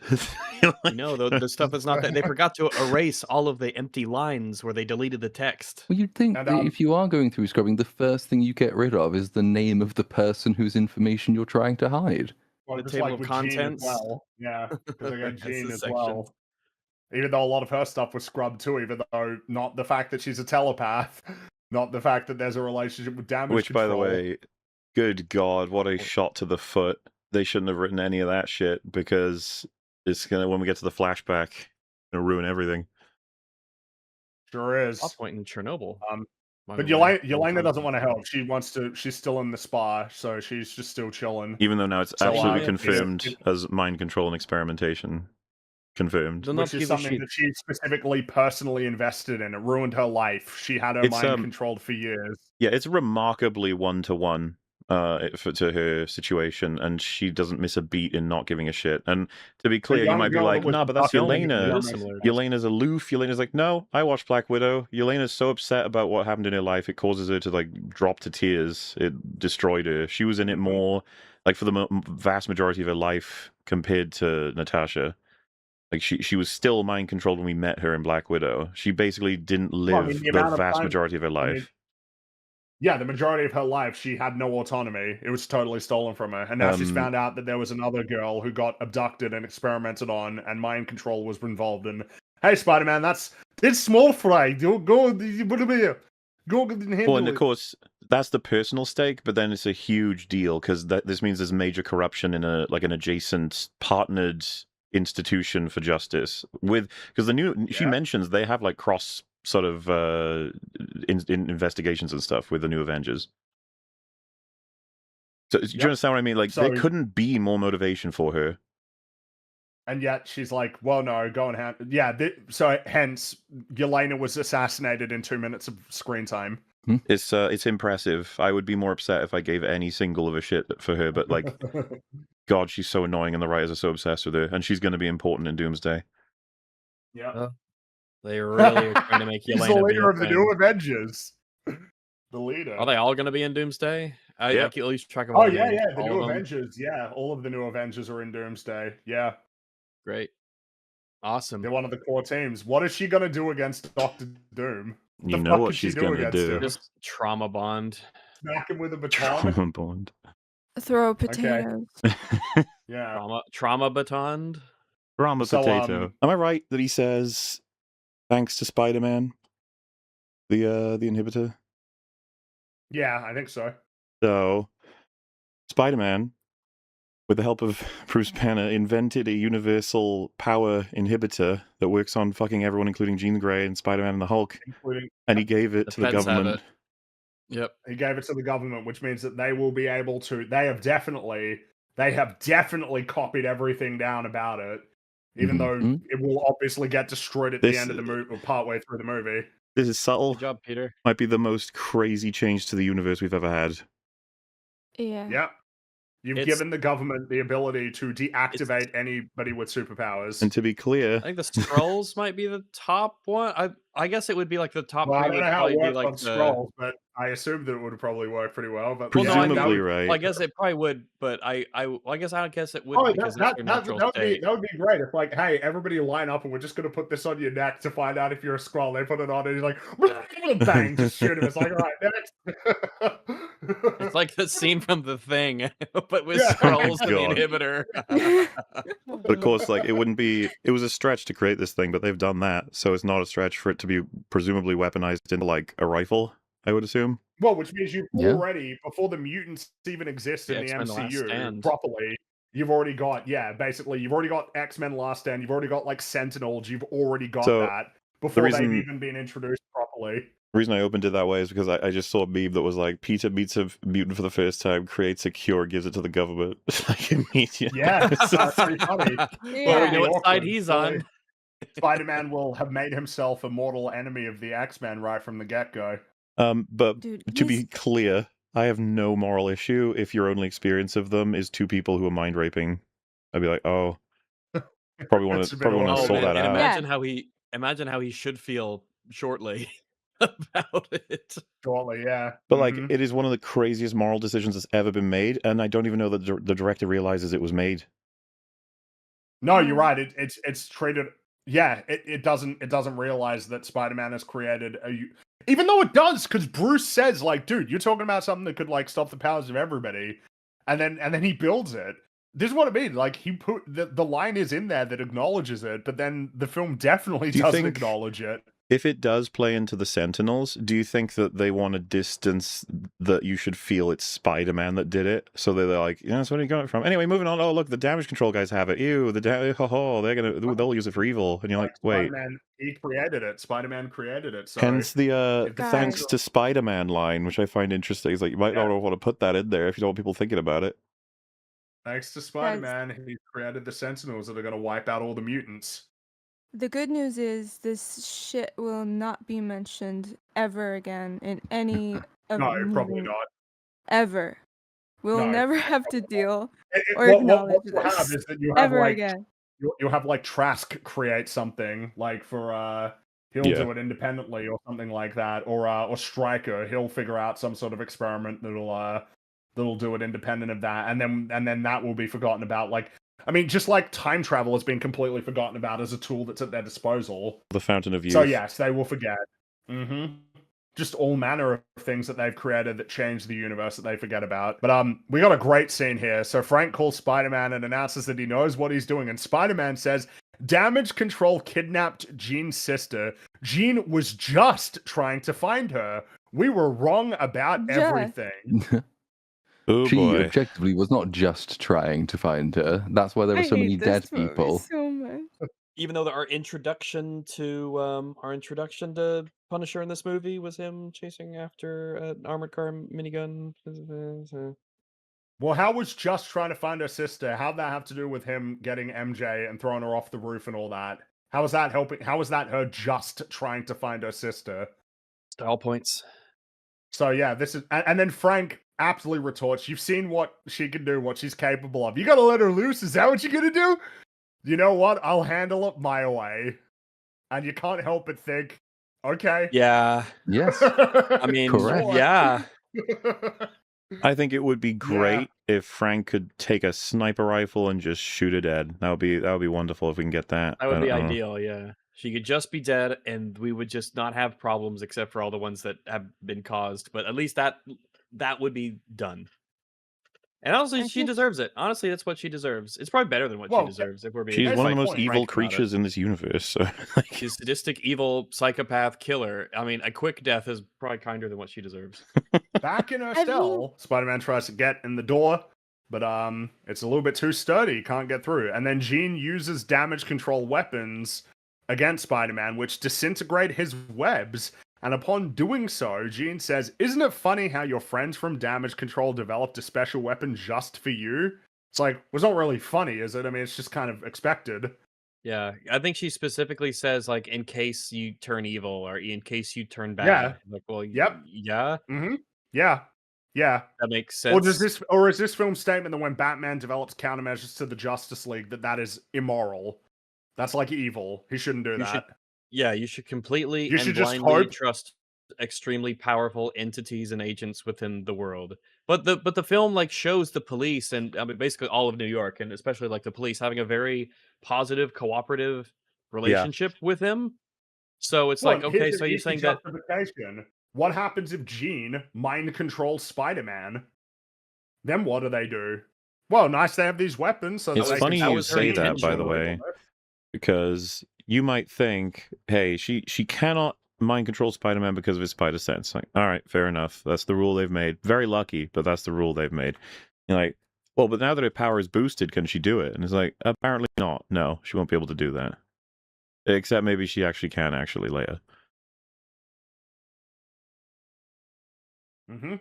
Seems a little bit wonky and depending on whatever the writers need. Joe Danger pointing out that means Iron Man making Hulkbuster is evil. Yeah, sure is, man. That's evil. He shouldn't have done that. That's wrong. Because Gene's conclusion from this is that people are monsters and you shouldn't trust them any more than they trust you. And then Gene makes a ninja stab Spider-Man through himself. Yeah, that's another one. But he didn't show a corpse. Also, this fight shouldn't happen because he could have just webbed them all at the beginning. Didn't show a corpse. Good, yeah. But... You can just they didn't show the funeral. Stab someone else, and it's all good. Yeah, well, the hand, they have 4 stomachs, so it's he can he just grabs and put it right through. He's got some spares. I honestly think that's another example though, because when he gets stabbed, another ninja kicks him so that he falls back into the wall. The guy with the sword in his chest or belly, whatever, and he pulls it out and then goes to hit Spider-Man again, as if to imply like, well, he's fine, and it's like, no, he's mind controlled. So she's just forcing him to do this shit. And then when he's back, how horrifying. He'll have bled for a good, 15 minutes or so from the belly. Who knows if he's alive or not. This is what I mean by, like, there's no corpse. It's like, you guys... what do you as long mean? As you don't show him toppling over and dead and the life leaving his eyes, then it's okay. I'd have to be personally invited to the funeral to count. Well, how could she have known? So, So Frank calls Spider-Man, tells him the shockwave is expanding and he needs to do something about Gene. But while that's happening, Hand kick the shit out of him, destroys web shooters. They destroy them one after the other, which is pretty funny. And so Peter takes off his mask and he catches his breath. He's badly beaten, and inside the cell, Gene has trapped Metzger and is slowly sending shards of glass towards his face. And she says, "My sister died in this room surrounded by these men, and her only crime was being special, just like you, just like me. People like us don't get to live a normal life. We don't get to have friends or family. Those people are gone. That life is over." He goes around committing mass murder, destroying a city, and then turns around and says, "You just hate me because I'm special." No, yeah. no. That's the only reason. There could be no other explanation. And then, while she's saying that, Peter recalls the memories from the John Watts films that everybody hates. And so then Jean continues, "Why don't you just be honest with yourself? Are you Peter Parker or are you Spider-Man?" It's like, oh, that's weird. Why are you doing this dichotomy, Miss Jean? Oh, like, is this the thing we care about? Why is the theme reached into your brain and mind-controlled your brain to exposit the theme of this movie? Anyway, which Peter, is really it's not even a theme that's like explored at all, really. No. Like, are you Peter Parker or Spider-Man? It just doesn't really ever come up ever in any way. No, but you quickly learn that whatever the audience is told, even the most explicit and simplistic without support or detail way, it's like, wow, the movie was definitely about that and it meant a lot. It's like, did it? You're punished by being less explicit, but this one's pretty bad. Though I will say it is really what is the last male villain character that you can think of this happening to? Just as a sort of, because it feels like it keeps happening to the women antagonist characters of recent things. Who jumps out as like a male villain that is horrible, that gets absolved hardcore at the end of the storyline, no consequences. Is the part about the power was inside of you all along and there's nothing wrong with you, does that count as part of it? Does Kylo count? But I don't think he counts because he dies and he dies, like, and he doesn't get a Force Ghost. No. And he doesn't get a Force Ghost either that we are aware of, right? People are saying Sentry, which is kind of an interesting one. But the problem with that is that Sentry appears to be 2 alternate personas. Yeah. Like, there's Bob, and then there's the evil one. So you've got, like, a hard divide between those two, so I don't think it counts. Yeah. Loki goes on the big arc. He goes on the arc. They make him go on the arc to try and get he dies as a consequence of it. Loki was recognized as a legitimate villain for a while. There's that too. Yeah, they never treated him as if he wasn't a villain. Killmonger. That might Ooh, be that might be the Monger might one. actually be there. that Yeah. might actually be the most recent one, and that Yeah. was nearly 10 years ago, lads. That was He 2018, also dies at the end, right? But and he I get, does but die. it's still he's like But he's it's lauded in tragic. his death It's as very opposed to tragic, it's yeah. not a good thing. Yeah. It was tragic instead of rather than good job we put an end to that least he evil scheme dies. that you were doing there. Well, I want to be clear about the difference. Like Loki's death is tragic, but Loki's death is in favor of defending his brother, while fucking Killmonger dies trying to kill the hero. Yeah, trying to So that kill he can T'Challa, trying to kill stop him from killing everybody. killing Yeah. everyone. The point is that it feels like this is a weird. I mean, as far as I'm concerned, I consider this to be Marvel failing its female characters. That's how I feel about this. I feel that they are failing these characters. I liked Wanda before they ruined her. I am totally on board with being in a position where I can get behind, like Jean Grey as a character. But unfortunately, you've laid down a foundation that makes it basically impossible. And it feels like, and it's just like, what are you guys doing? Like, why can't you write these characters? Why are you incapable of doing it? What is wrong with you? They already have these like a complete lack of talent and skill when it comes to character. But when I feel like like the woman aspect comes over it, it's just like it's an extra layer of difficulty over something they already cannot do. That just is a force multiplier for bad quality. There's something about it where it completely blinds them, and they just can't do it.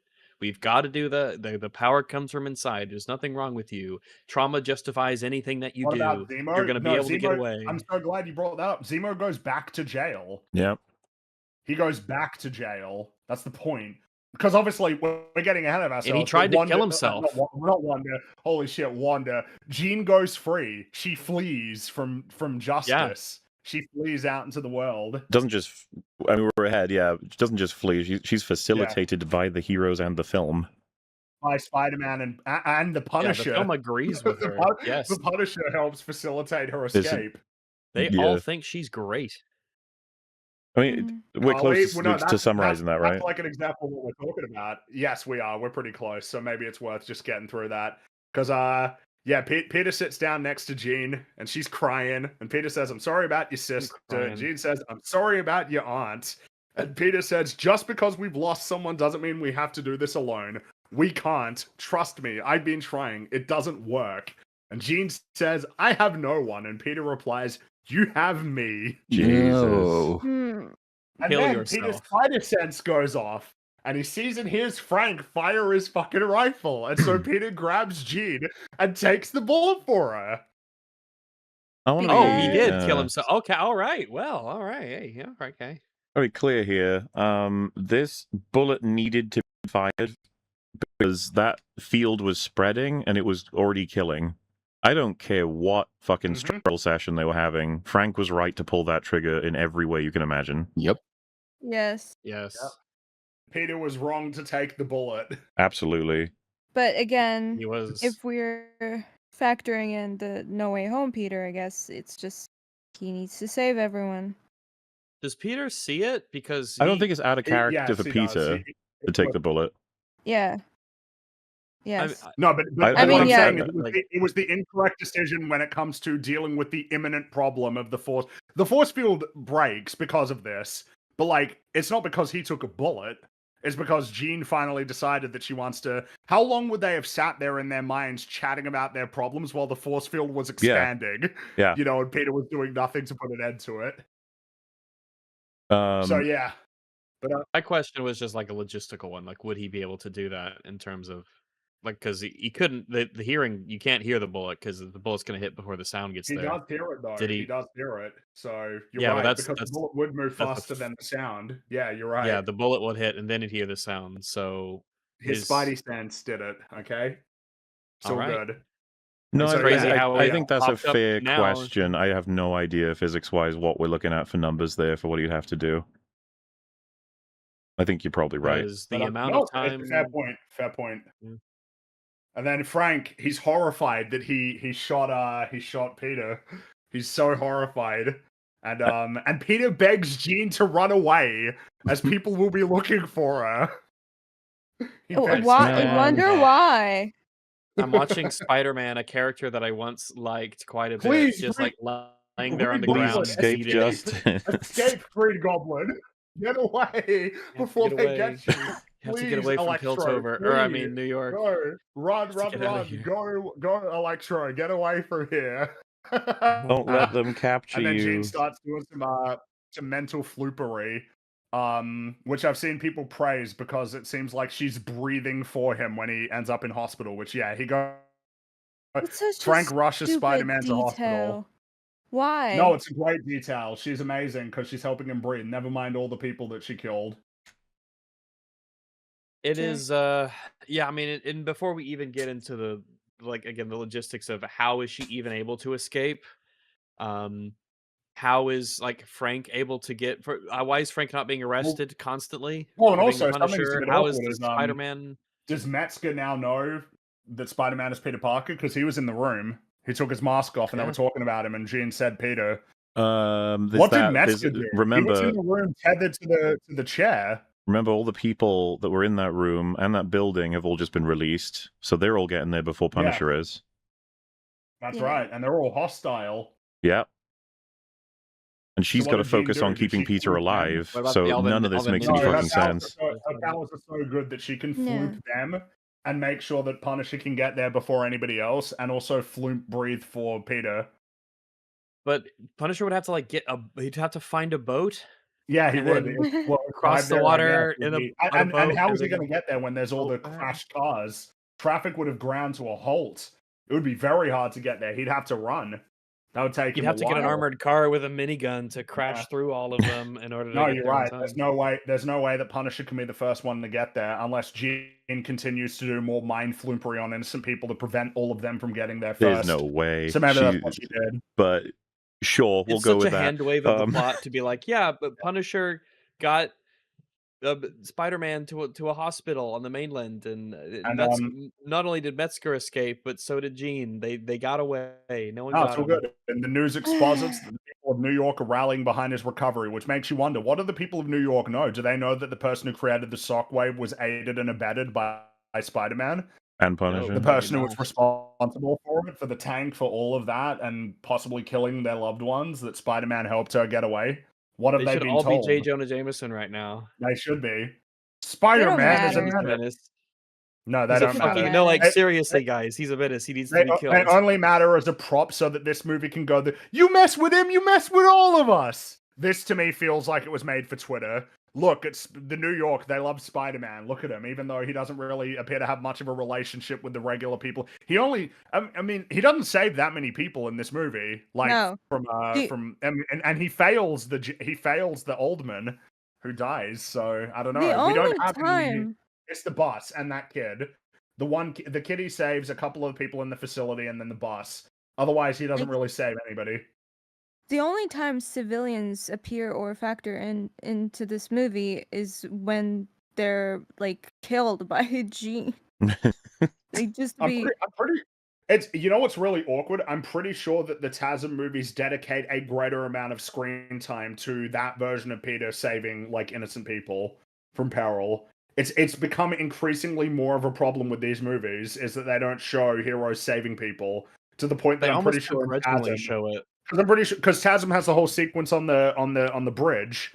TASM 2 has the opening sequence with Rhino where he's saving people.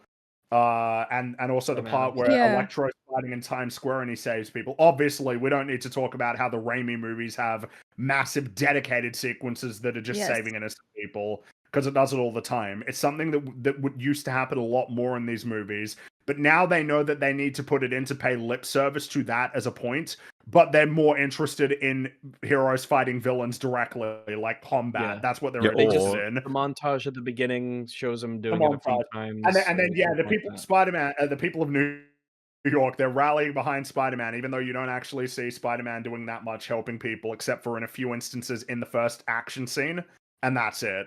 But they love him. You mess with him, you mess with all of us. You know, it's just funny. The movies are sold on. To me, it feels the same. Pitting Spider-Man against a grander villain or heroes. Yeah, exactly. I don't know. It reminds me of how in Thunderbolts they just have that little bit where they save a few civilians, and it's see, they're doing the hero thing that you guys want. They're just helping a handful of people there. Because it's the same in because it's the same problem that happens in a lot of, the city is fully evacuated. We don't have to worry about any civilians getting caught in the crossfire. Meanwhile, the whole thing in Avengers is, yeah, they're fighting this army, but they have to deal with the civilians that are in the city that couldn't escape. And so you have to mix up them fighting aliens while also saving people. But we don't do that now. They just have it, oh yeah, he saves like one kid or something. And then the rest of the movie is him just punching people. Mm-hmm.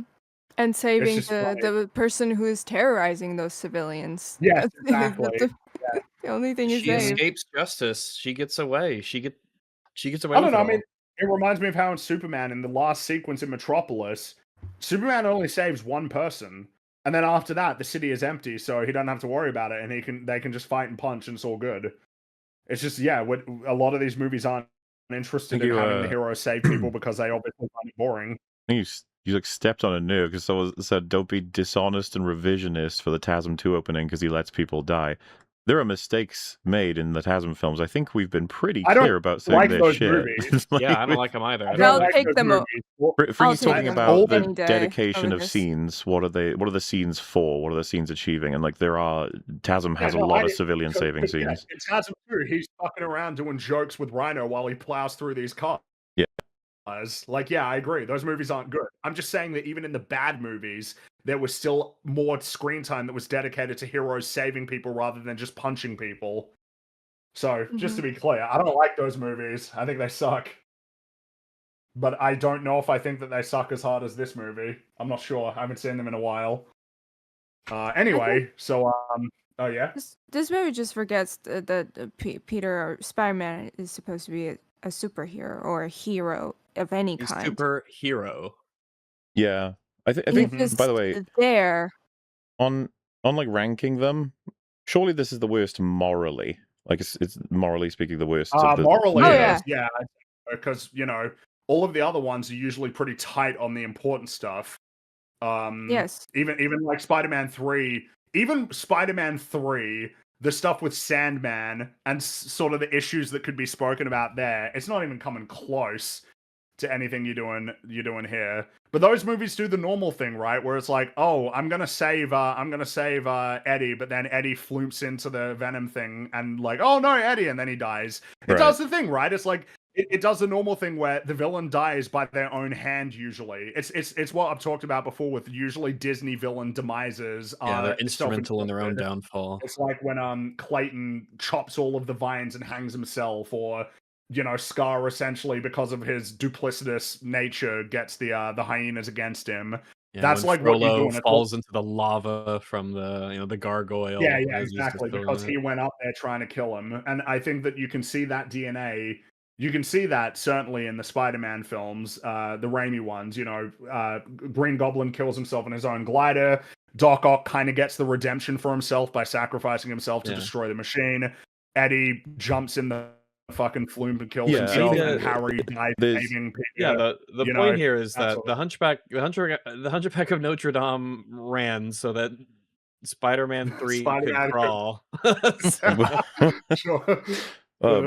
I do like those dichotomies though, right? Because like Goblin in trying to kill the hero killed himself. Doc Ock trying to undo his own damage, has to give his life to undo it. It's like, oh, and then Eddie's trying to get his power back, and then Harry saving the hero. That's a really good set of 4 different reasons why you can take down a villain that was fucking around, This is kind of the point, is that the kind of flaws that you would be dealing with in Spider-Man 3, it's like, dude, we've entered a new domain of how these movies fail in a way that like stuff like Spider-Man 3 a new grading curve.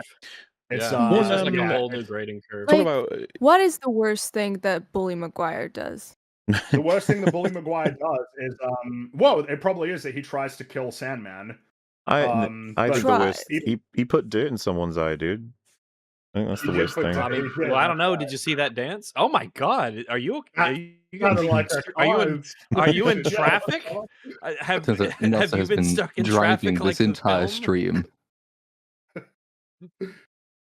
You actually just because the sound. Oh yeah, nearly killing Harry. He did throw a pumpkin bomb at Harry's face. That was probably. Oh yeah, he did throw. That's right, he did. But again, he had the symbiote with him. Possessed. No, yeah. That's the point.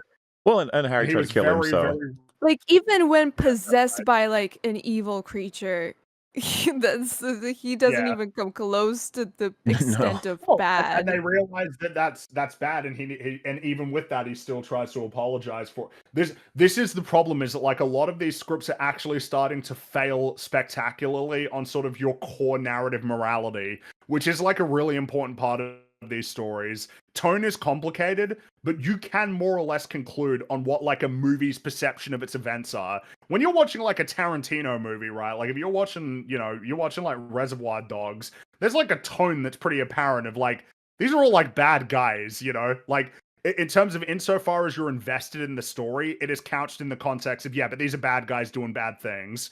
Compared to, again, if you're watching The Lion King, it's like, well, I'm pretty sure The Lion King thinks Simba is a great guy and that Mufasa is a great guy and Scar is a bad guy. Because if it didn't feel that way, it would get real weird and complicated at that point, like sort of what you're meant to take away from the story. This is it's complicated. It is complicated dealing with this tone. But in stuff like Spider-Man, it kind of shouldn't be because of the kind of movie it's meant to be and the kind of audience that it's meant to be for. This is meant to be potentially like someone's like first proper movie that they've seen, right? This is a movie that kids will be watching. So like it's kind of important to try and nail that, like your core sort of morality. And it didn't. It hasn't. But it's not even striving for anything massively complex either, which makes it even more damning. Yes. This is not a morally complicated movie, and moral complexity hasn't undermined it. Very simple immorality has undermined this film. Mm-hmm. Pretty crazy, as we're about to see, because Peter's in the hospital bed without his mask on, and Jean's doing the mental floopery breathing for him, and Peter wakes up. And Frank is there. He's in the room, and he said he covered for Peter's identity. I don't really know what that means. That they left his mask on while he was getting surgery. Did he have everyone like sign NDAs? What is going on? So again, unless my mum is completely out of left field and wrong, I was asking her because I had a thought about this anyway, but it was like, first of all, you're getting any shit on their face off because they need to breathe, especially if they're near death and they need intubation or whatever. He's been shot in the heart, so yeah, that's not happening. Secondly, like to protect identity, it's like the mask. It's enough that they need to be sterile in a surgical room to remove that mask. Like the idea they'd be like, well, no, it's Spider-Man. It's like what you'll have is a doctor say, I don't give a fuck. I'm going to save his life. Like what? Who cares who this guy is? I'm saving him. So the idea that Punisher's in the fucking room, like mooing at the surgeons to not touch the mask is hilarious to me. I mean, again, it feels like this has got to be the Spider-Man 2 payoff. We're not going to tell anybody, that sort of thing. We won't tell anybody. It's all good, man. But instead, it's like, no, I kept your mask on or something. And then when they left the room, I put the oxygen mask on you so that you could breathe. I just love that they didn't even try to tackle that. There's like, you see literally no nurses in that entire the only hospital. The entire scene. Is, I don't know, maybe Jean did some mind control on them so that they did the work on him, but it looked like the mask was on, but it wasn't, or something like that. It just covers for everything at this point. She's just mind controlling the whole world, and they just do everything they're supposed to do. Yeah. And Frank says that Jean used her powers to keep him alive and that she's safe, and Frank starts crying and apologizes for what he did. Yep. As if it wasn't enough damage done to the Punisher, they have him cry and apologize when he should be mad. Sorry, but if we want to keep him the way he is, he's supposed to. I'm happy for him to be like, good that you're alive, but you're a stupid piece of shit. You know that? Like he'd just be so angry, he'd rip into him, and I'd almost even be relatively okay with the scene in isolation if he was doing that. But having him cry over having done what he did, which was absolutely the golden move. There was no better move, even with every piece of extra context he has. Yes. You make him cry. Go away. And apologize. I'm sorry, Peter. I shouldn't have tried to shoot Jean. You were white. No. Wait, no. About the fact that Frank is crying, and then Frank remarks that maybe he and Peter are friends. Which then brings us to the one laugh that this film got out of me, which is that Peter walks out the front door through the crowd of Spider-Man fans that have amassed at the hospital, while Frank, wearing Peter's mask, pretends to be Spider-Man and goes, while waving his hands in the air. Unfortunately, that did get a laugh out of me. There's a goofiness to it. There's a visceral goofiness I think, to it. That, yeah, I it makes sense to laugh at it. I just can't get over the fact that his mooing is like the main characteristic. That's what it's become now. Yeah. Mm-hmm. He even does it in that scene for nobody's benefit. No one can fucking hear him. And if anybody can hear him, then it breaks the actual helping trick. him get in character. He does it to get in the character. So yeah. I don't. How does the world not know about Peter Parker? How is all this arranged? What are the logistics of him getting to the hospital, no doctors knowing where he is, him just walking out, Frank Castle not being arrested? It's all bullshit. Again, I just don't like, none of this makes, they just gave up. They just gave up and said, we just want Peter to walk out and have it's okay though, him see that people love him. When there's a kid in the crowd that likes Spider-Man, which, by the way, this is the trick you need to employ if you want people to like your movie. Just put a kid dressed as whatever the superhero who is in that movie, and then that like triggers almost like a Pavlovian like response of, this is what it's all about, so you can't say anything about this movie. Even though I'm saying something about this movie on Twitter, and I've said a lot of things about this movie, but you're not allowed to say anything because there's a kid who's dressed like Spider-Man. It's just a very easy shortcut to make people like and defend your movie aggressively because this is what it's all about or something. Even though everybody's making memes about the kid raises the flag in Superman, and then Hawk Girl looks at that and thinks, right, I know what I'm going to do. I'm going to go and commit a war crime. Yay! Because Superman. Right, yeah. Because that is the statement that Superman makes. To solve foreign conflicts, American private military companies should unilaterally go in and execute heads of state. Ah. What a film. Yeah, Man of Tomorrow is coming soon. It's going to be great. It's gonna be great, and it's gonna make so much money. And it's not gonna mark the end of this stupid universe that they tried to do. So, we're very nearly at the end, thank God. So later that day, Peter's looking at the sunset.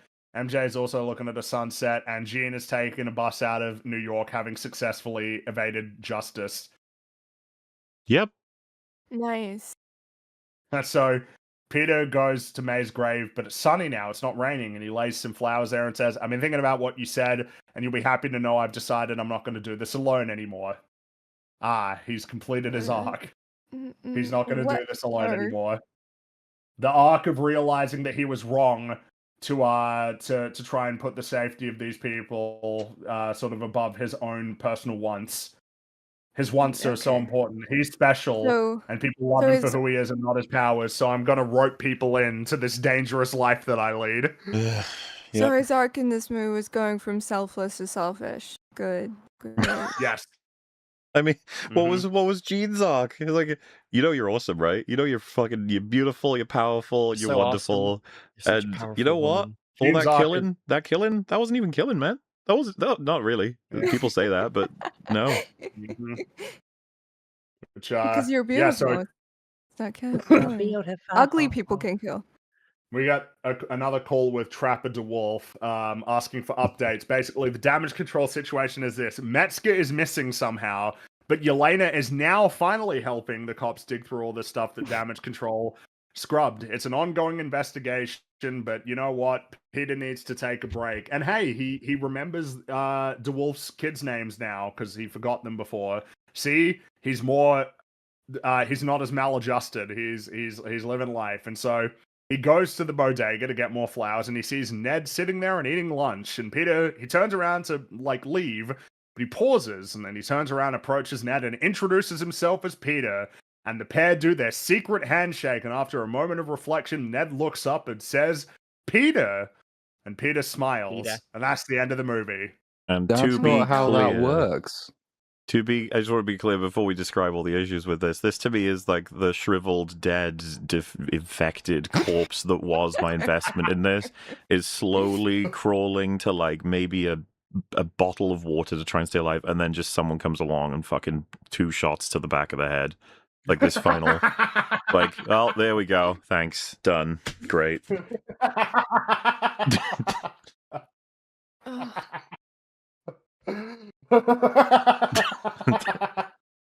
I get some water? Bang, bang.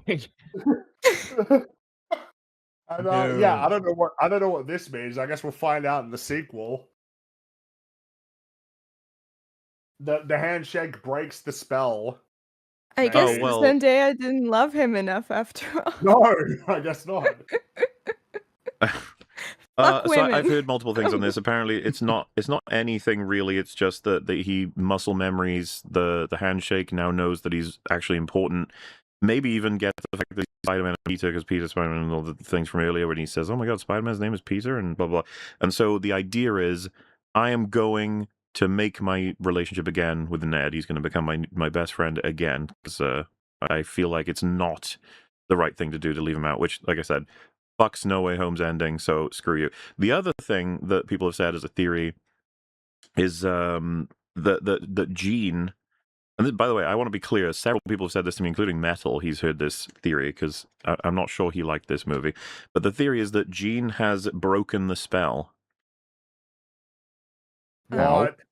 And of course, your first question is, I'm sorry, what do you mean she broke? Like, that doesn't make any fucking... And besides, if she did, wouldn't it then undo the point of the spell, which was to save the world? What are Jean's powers again? What the fuck is she supposed to be? Some kind of like messiah? What I don't know, but apparently it's a running theory for a lot of people who are fans of this movie that Jean, as a favor to him, broke the spell, at least on Ned. No.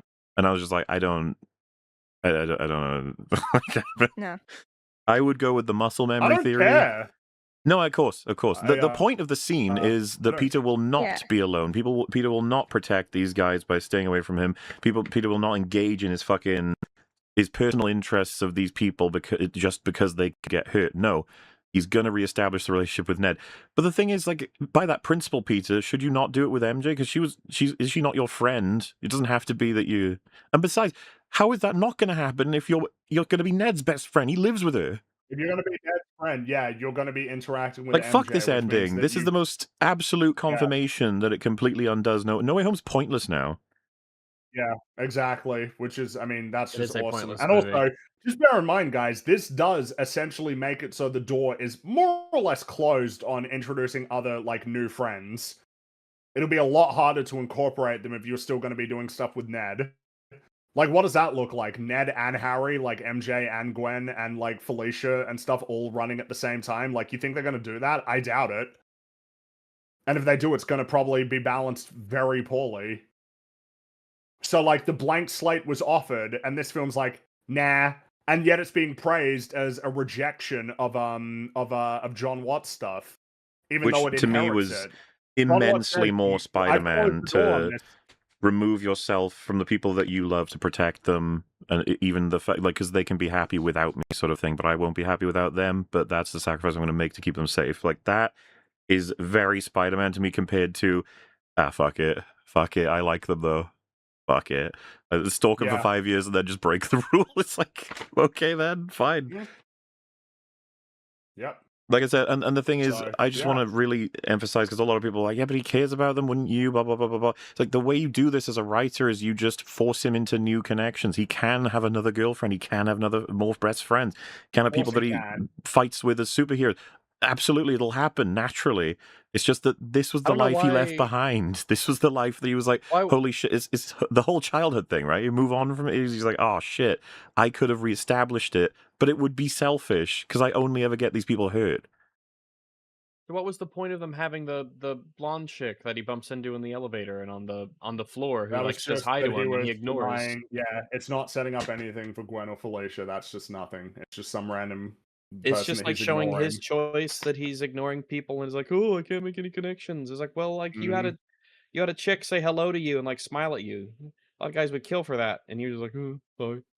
No, I mean, it's just, I don't know, and I think that it's just like, yeah, but I just want to continue with this, I guess, and it's like, okay, but like, I don't know. You know what? As a creative, you need to be making the hard choices, even if it breaks the actor's heart or something, of like actually moving on with your story. Like, you got to move on with your story. You got a whole world out there, and you put all of that on pause. You put all of that on pause in terms of developing like Spider-Man's rogues gallery, except for off-screen, or developing new relationships or future plot threads to rehash and then undo the consequences of the previous movie while extracting all of the emotional potency from the work that was done in those movies while everybody shits on them. They think the caveat in this film... I don't know, having your cake and eating it too. They think the caveat in this film is that she said, like, I'm not the same girl, Peter, and I don't love you. It's like, sure, but now you're going to be around and in her life. Like, what if she does break up with the other guy? What if you get to know her? Like, so I guess, but like this film's own way of trying to be like, hey, we're going to undo some of the stuff from No Way Home, but not all of it. Not all of it. There's going to be consequences. It's like, you've already set us on the road. This is it. Yep. There'll be nothing left, and I don't consider it like a, you know, he's still going to be in contact with MJ, still going to build a relationship with her while he's trying to build it with Ned. And like Free said, are we really going to put Mary Jane Watson in when we still have Michelle Jones floating around? Of course not. No, of course not. You shouldn't even entertain, and if they do, they're not going to balance it well. They can't. It's just kind of the nature of making these sorts of movies. You got like enough screen time to be building up all of these things while you've also got to be dealing with, you know, like whatever villains you're going to be doing or what other, you know, Marvel characters come in. Like, nah, it's not. It'll be these two. This will be the core group. And anything you get for anybody else will be thin at best, if not at all. It's unreal. You see the end of No Way Home. Sewing machine, empty apartment, no money, custom-built suit, no friends, no support. And out I go with my police scanner because I've heard a crime is taking place. It's like, wow, that is... We got everything you need. Teleport it to, That's a fucking hero at the end of amazing technology, amazing. He's got thorough connections. He's taken out a lot of his rogues gallery systematically off screen. He's got an AI assistant that can do everything for him. And he's resetting his relationship with those characters. And the villain of his movie is not a Spider-Man villain; it's an X-Men villain, an X-Men villain, an X-Men hero. Who ends up being the villain. And you know what's funny? So they're like, "Whoa, Dark Phoenix is kind of like it's not Dark Phoenix, it's Jean. It's just Jean. It's not Dark Phoenix. It's just Jean." And as I understand it, she's a paragon, but you've decided to make her a villain in this movie only for her to go on and be just unequivocally viewed and perceived in whatever the future looks like as a hero. You know it. You know that whatever they do next is not going to be about, oh, she's like morally gray. And she's not even morally gray. She's just evil in this movie. So it's not like, Jean Grey, morally gray. Haha, hoo. And also, I don't know. It does feel weird. I feel like I'm seeing the same thing with Halo, where people like pretend, like it feels like they're actually lying to people about like, see, you don't know, you're like a tourist, and then they say something that's inaccurate. But the problem is that if you're not familiar with the source material, you can't tell whether they're lying to you. You just kind of have to assume, well, I guess I don't know, so maybe that's the truth. But then when it's something like Halo, it's like, no, you're lying. You're deceiving me. I can't believe in the remake they added the Sentinels to the flood section to help you fight because I think you're so, you know, they're so bad they just needed to help the player. This wasn't like that in the original. And you're like, man, you're just such a fucking tourist. You just want to bitch with no purpose and no integrity. It's you know, actually the reset that we had, considering, you know, Far From Home and what we're doing here, in a way, it's kind of like what, you know, Disney's done with Star Wars, where you have A New Hope, and you have the rebellion fighting the Empire, and at the end of the trilogy, the rebellion defeats the Empire, they win, the good guys are victorious, and then once they do the sequel trilogy, we got to loop around completely to get right back to where we started and completely undo like the accomplishments of the, you know, of the trilogy. It's eerily similar. So, yeah, with that, MCU's dead, abandon all hope, ye who enter, it's over. It's funny because, I mean, as you guys know, I basically write off like pretty much every superhero project at this point. But there were a few things that like arose where it got a little bit more complicated in terms of how I felt about it. You might remember that with Deadpool, I was like, oh, well, you know, there's kind of like other people and other production companies and stuff that are in it. Maybe that will help. Didn't fucking help. And then with something like this, it's like, well, it is a Sony production. It's like a collaboration with Marvel. Maybe that'll help. Didn't help. There's something fundamentally wrong with superhero movies as a genre right now in this decade. It's over. It's done. Everything's gone. Daredevil got ruined. Spider-Man got ruined. Guardians of the Galaxy got ruined by James Gunn himself. It's totally over. There is no hope. Never expect any of these movies to be good. They will never fix the problems. There is no amount of changes or course correction or anything that they can ever do that will fix that. It's over. It's done. They can't make good movies anymore in the MCU. It's impossible. Same goes for DC. It's done. I agree. Yeah. Like, isn't it insane? Totally fucked. In the last 7 years, not a single Marvel project, whether it's a film or a TV show, has risen to the lofty threshold of a 6 out of 10. Not a single movie, not a single TV show. It's done. It's finished. It already was, but this was like a last potential hope. It was like the only character left I had any investment in that hadn't been ruined, and now it's over. It's done. It sits at some sort of remove, and so you could think maybe the rot that's affected it. Everything else didn't quite make it as far as the Spider-Man franchise, but it very firmly has. It will be studied maybe one day if the kind of people likely to write the studies weren't the kind of people likely to write the movie. It's such a rapid, sudden decline. The only thing they'll take away from this, though, is that that much talked about superhero fatigue isn't really entirely necessarily real, because you can get loads and loads of people to watch these films, and this is probably going to be the highest earning film of the year. Probably, I would say it's going to beat Doomsday at this point, would be my guess as well. And Deadpool got $1 billion, cost a lot of money, but got $1 billion. So they'll make more of them. It's just whether or not the returns diminish, because the opinion on Deadpool soured reasonably quickly, and it will be interesting to see with this one. It's kind of what we talked about, which is that it'll consolidate around the most successful and profitable characters. You should expect less and less and less that you'll be getting movies on like more obscure, and more obscure in this case doesn't even mean that obscure anymore. It's going to get to the point where it's going to consolidate pretty hard, probably around like Batman, Superman. I would honestly say that I don't think that X-Men will benefit much at all. Like, I don't think that'll happen. I think that X-Men will come out and it will do surprisingly poorly. Probably better than a lot of other stuff has, but I think it'll be like Fantastic Four. Like, oh shit, that didn't work. It's like, yeah, I feel like there's a ceiling almost that like any superhero movie that's made that isn't Batman or Spider-Man has like a ceiling of about $500 million. But there will be enough things that come around that manage to breach that, that will mean that the delusion that making superhero movies is a good idea will never die. I don't think that there will ever be an end to reliably having superhero movies come out. I just think that a lot of them will fail, and then enough of them will succeed that they trudge forward. We've seen this before. We're seeing it right now with these live-action remakes. Moana failed. That's not going to be the end of anything, because the next one will come out and it'll make $1 billion, and then they'll go, shit, yeah, this is a good idea. And then they are running out of things to remake. Well, they're doing Tangled right now. That is being made right now, and that'll make a lot of money. That'll make money. That'll be successful. Tangled and will. Like, Moana. Who fucking cares if that failed? That's okay. And then something else they'll do, it won't work, and then they'll be like, oh shit, should we rethink it? And then the next one will make a lot of money, and then they'll be fine. And that's the same thing that we're going to be seeing with superhero movies.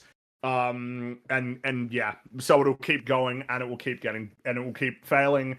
And they won't fix the problems because they can't fix the problems. There is something endemic to how these movies are made that means that they're incapable of being good. I don't know. I don't know what's happened.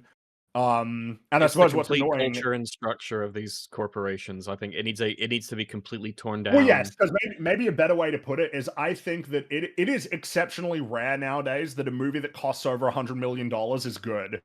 It's like once it gets to a level of complexity in terms of production, it can't be good. It's doomed, with very few exceptions, like something like Project Hail Mary, for instance.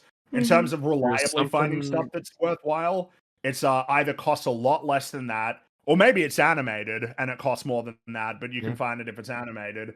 It's something about the culture and the structure of these companies. There's like a rot that's like deep at the core that infects everything. The entire process of these systems and how they interact is just a breeding ground for mediocrity. Well, I wish it was a breeding ground for mediocrity. Yeah, I guess that's what's giving them more credit. I wish that the films were. I wish we got a bunch of 5 out of 10s where we could go, wasn't very good, but there's some stuff. I wish they were boring and generic. I wish that they were boring and generic and had simple arcs and simple themes. I wish we could get to that point at least, so that we could then move on to making stuff that's actually like interesting and cool. But now we're in a position where it's like, yeah, we can't even have these movies come out and not be entirely to the core dysfunctional. This film is to the core dysfunctional. Character, everybody's assassinated. Basically everybody. Plot is absolute nonsense bullshit, stupid. World building is dire.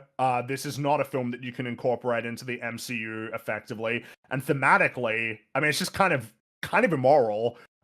which is a crazy one to actually achieve. It used to be that bad films were boring in terms of the themes that they were going for. That used to be where we were, and that they were kind of stupid on the plot and they weren't amazing on world building, but usually they got at least like the core character motivations right, albeit in a way that was kind of played out and dull. Now we're in a position where it's like, oh yeah, and then in this movie we just assassinate the shit out of the protagonist and everybody. Nobody makes it out unscathed.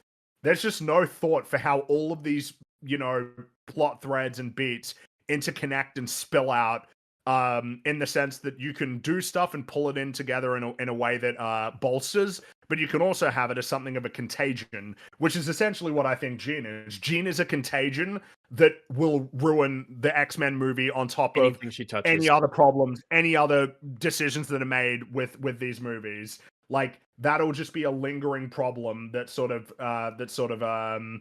just continues on. Same with all of these plot problems, right? I mean, you kind of see it when we talk about a lot of these Marvel movies. The decisions that are made in each of these movies start to spill out. That stupid Celestial poking out of the ground, She-Hulk breaching like the fourth wall and bending reality to her will, time travel in Avengers Endgame, the TVA in Loki, like all of these, every fucking thing that happens in like Deadpool and Wolverine, and how like you can just keep referring back, oh, the Skrulls in Secret Invasion, every single time. It's just this stuff that leaks out, and it just makes everything sicker. I mean, it's essentially, it's like an infection, and yeah, I just don't think that there's any. You know, it's just funny, right? That like when Doomsday comes out and it's terrible, because of course it's going to be. It feels like everybody's going to be sort of aware of that and aware of what the issues are and aware of how it's clearly just this fucking rush job, desperate bid to try and get people back into this universe. But then, as long as it comes around with the right kind of cinematography, the right kind of theme, presumably, or the right kind of color grading, or the right kind of Spider-Man suit reverberates in the wind, then any of that sort of analysis of the story just goes out the window. It's part of what perpetuates the problems, I would say. If everybody was consistent and essentially clear on like the criticisms of these things right out of the gate as they were coming out, it wouldn't perpetuate like this. But it perpetuates when it's like, oh, Thunderbolts was actually great, you should bring that guy back. Oh no, Shang-Chi was actually, no, it was cool, man. Those fights were cool. You should get him back for Spider-Man. And then it's like, cool, nothing gets fixed. The problem persists, and then everybody looks back and goes, wow, that was shit. Oh, but this next one will be great. And then it just keeps going. The cycle continues forever. So yeah, it'll never get better. Be glad that you even got some good Marvel movies in the first place. It's a fucking remarkable that even happened. Go watch Avengers again. Go watch Iron Man. You know, just go back even further. Go watch like Batman Returns or something. You just got to go back, and then you can find what we do here is go but otherwise, back. Yeah, that's well, right. There you have it, folks. There you have it. No hope. Abandon all hope. It's over. Just find different things to just come back in 10 years, maybe. Go play video games or something. Don't go play Halo Campaign. Go play Halo Campaign Evolved. Yes, yes. No, you gotta go back further there as well. Do it.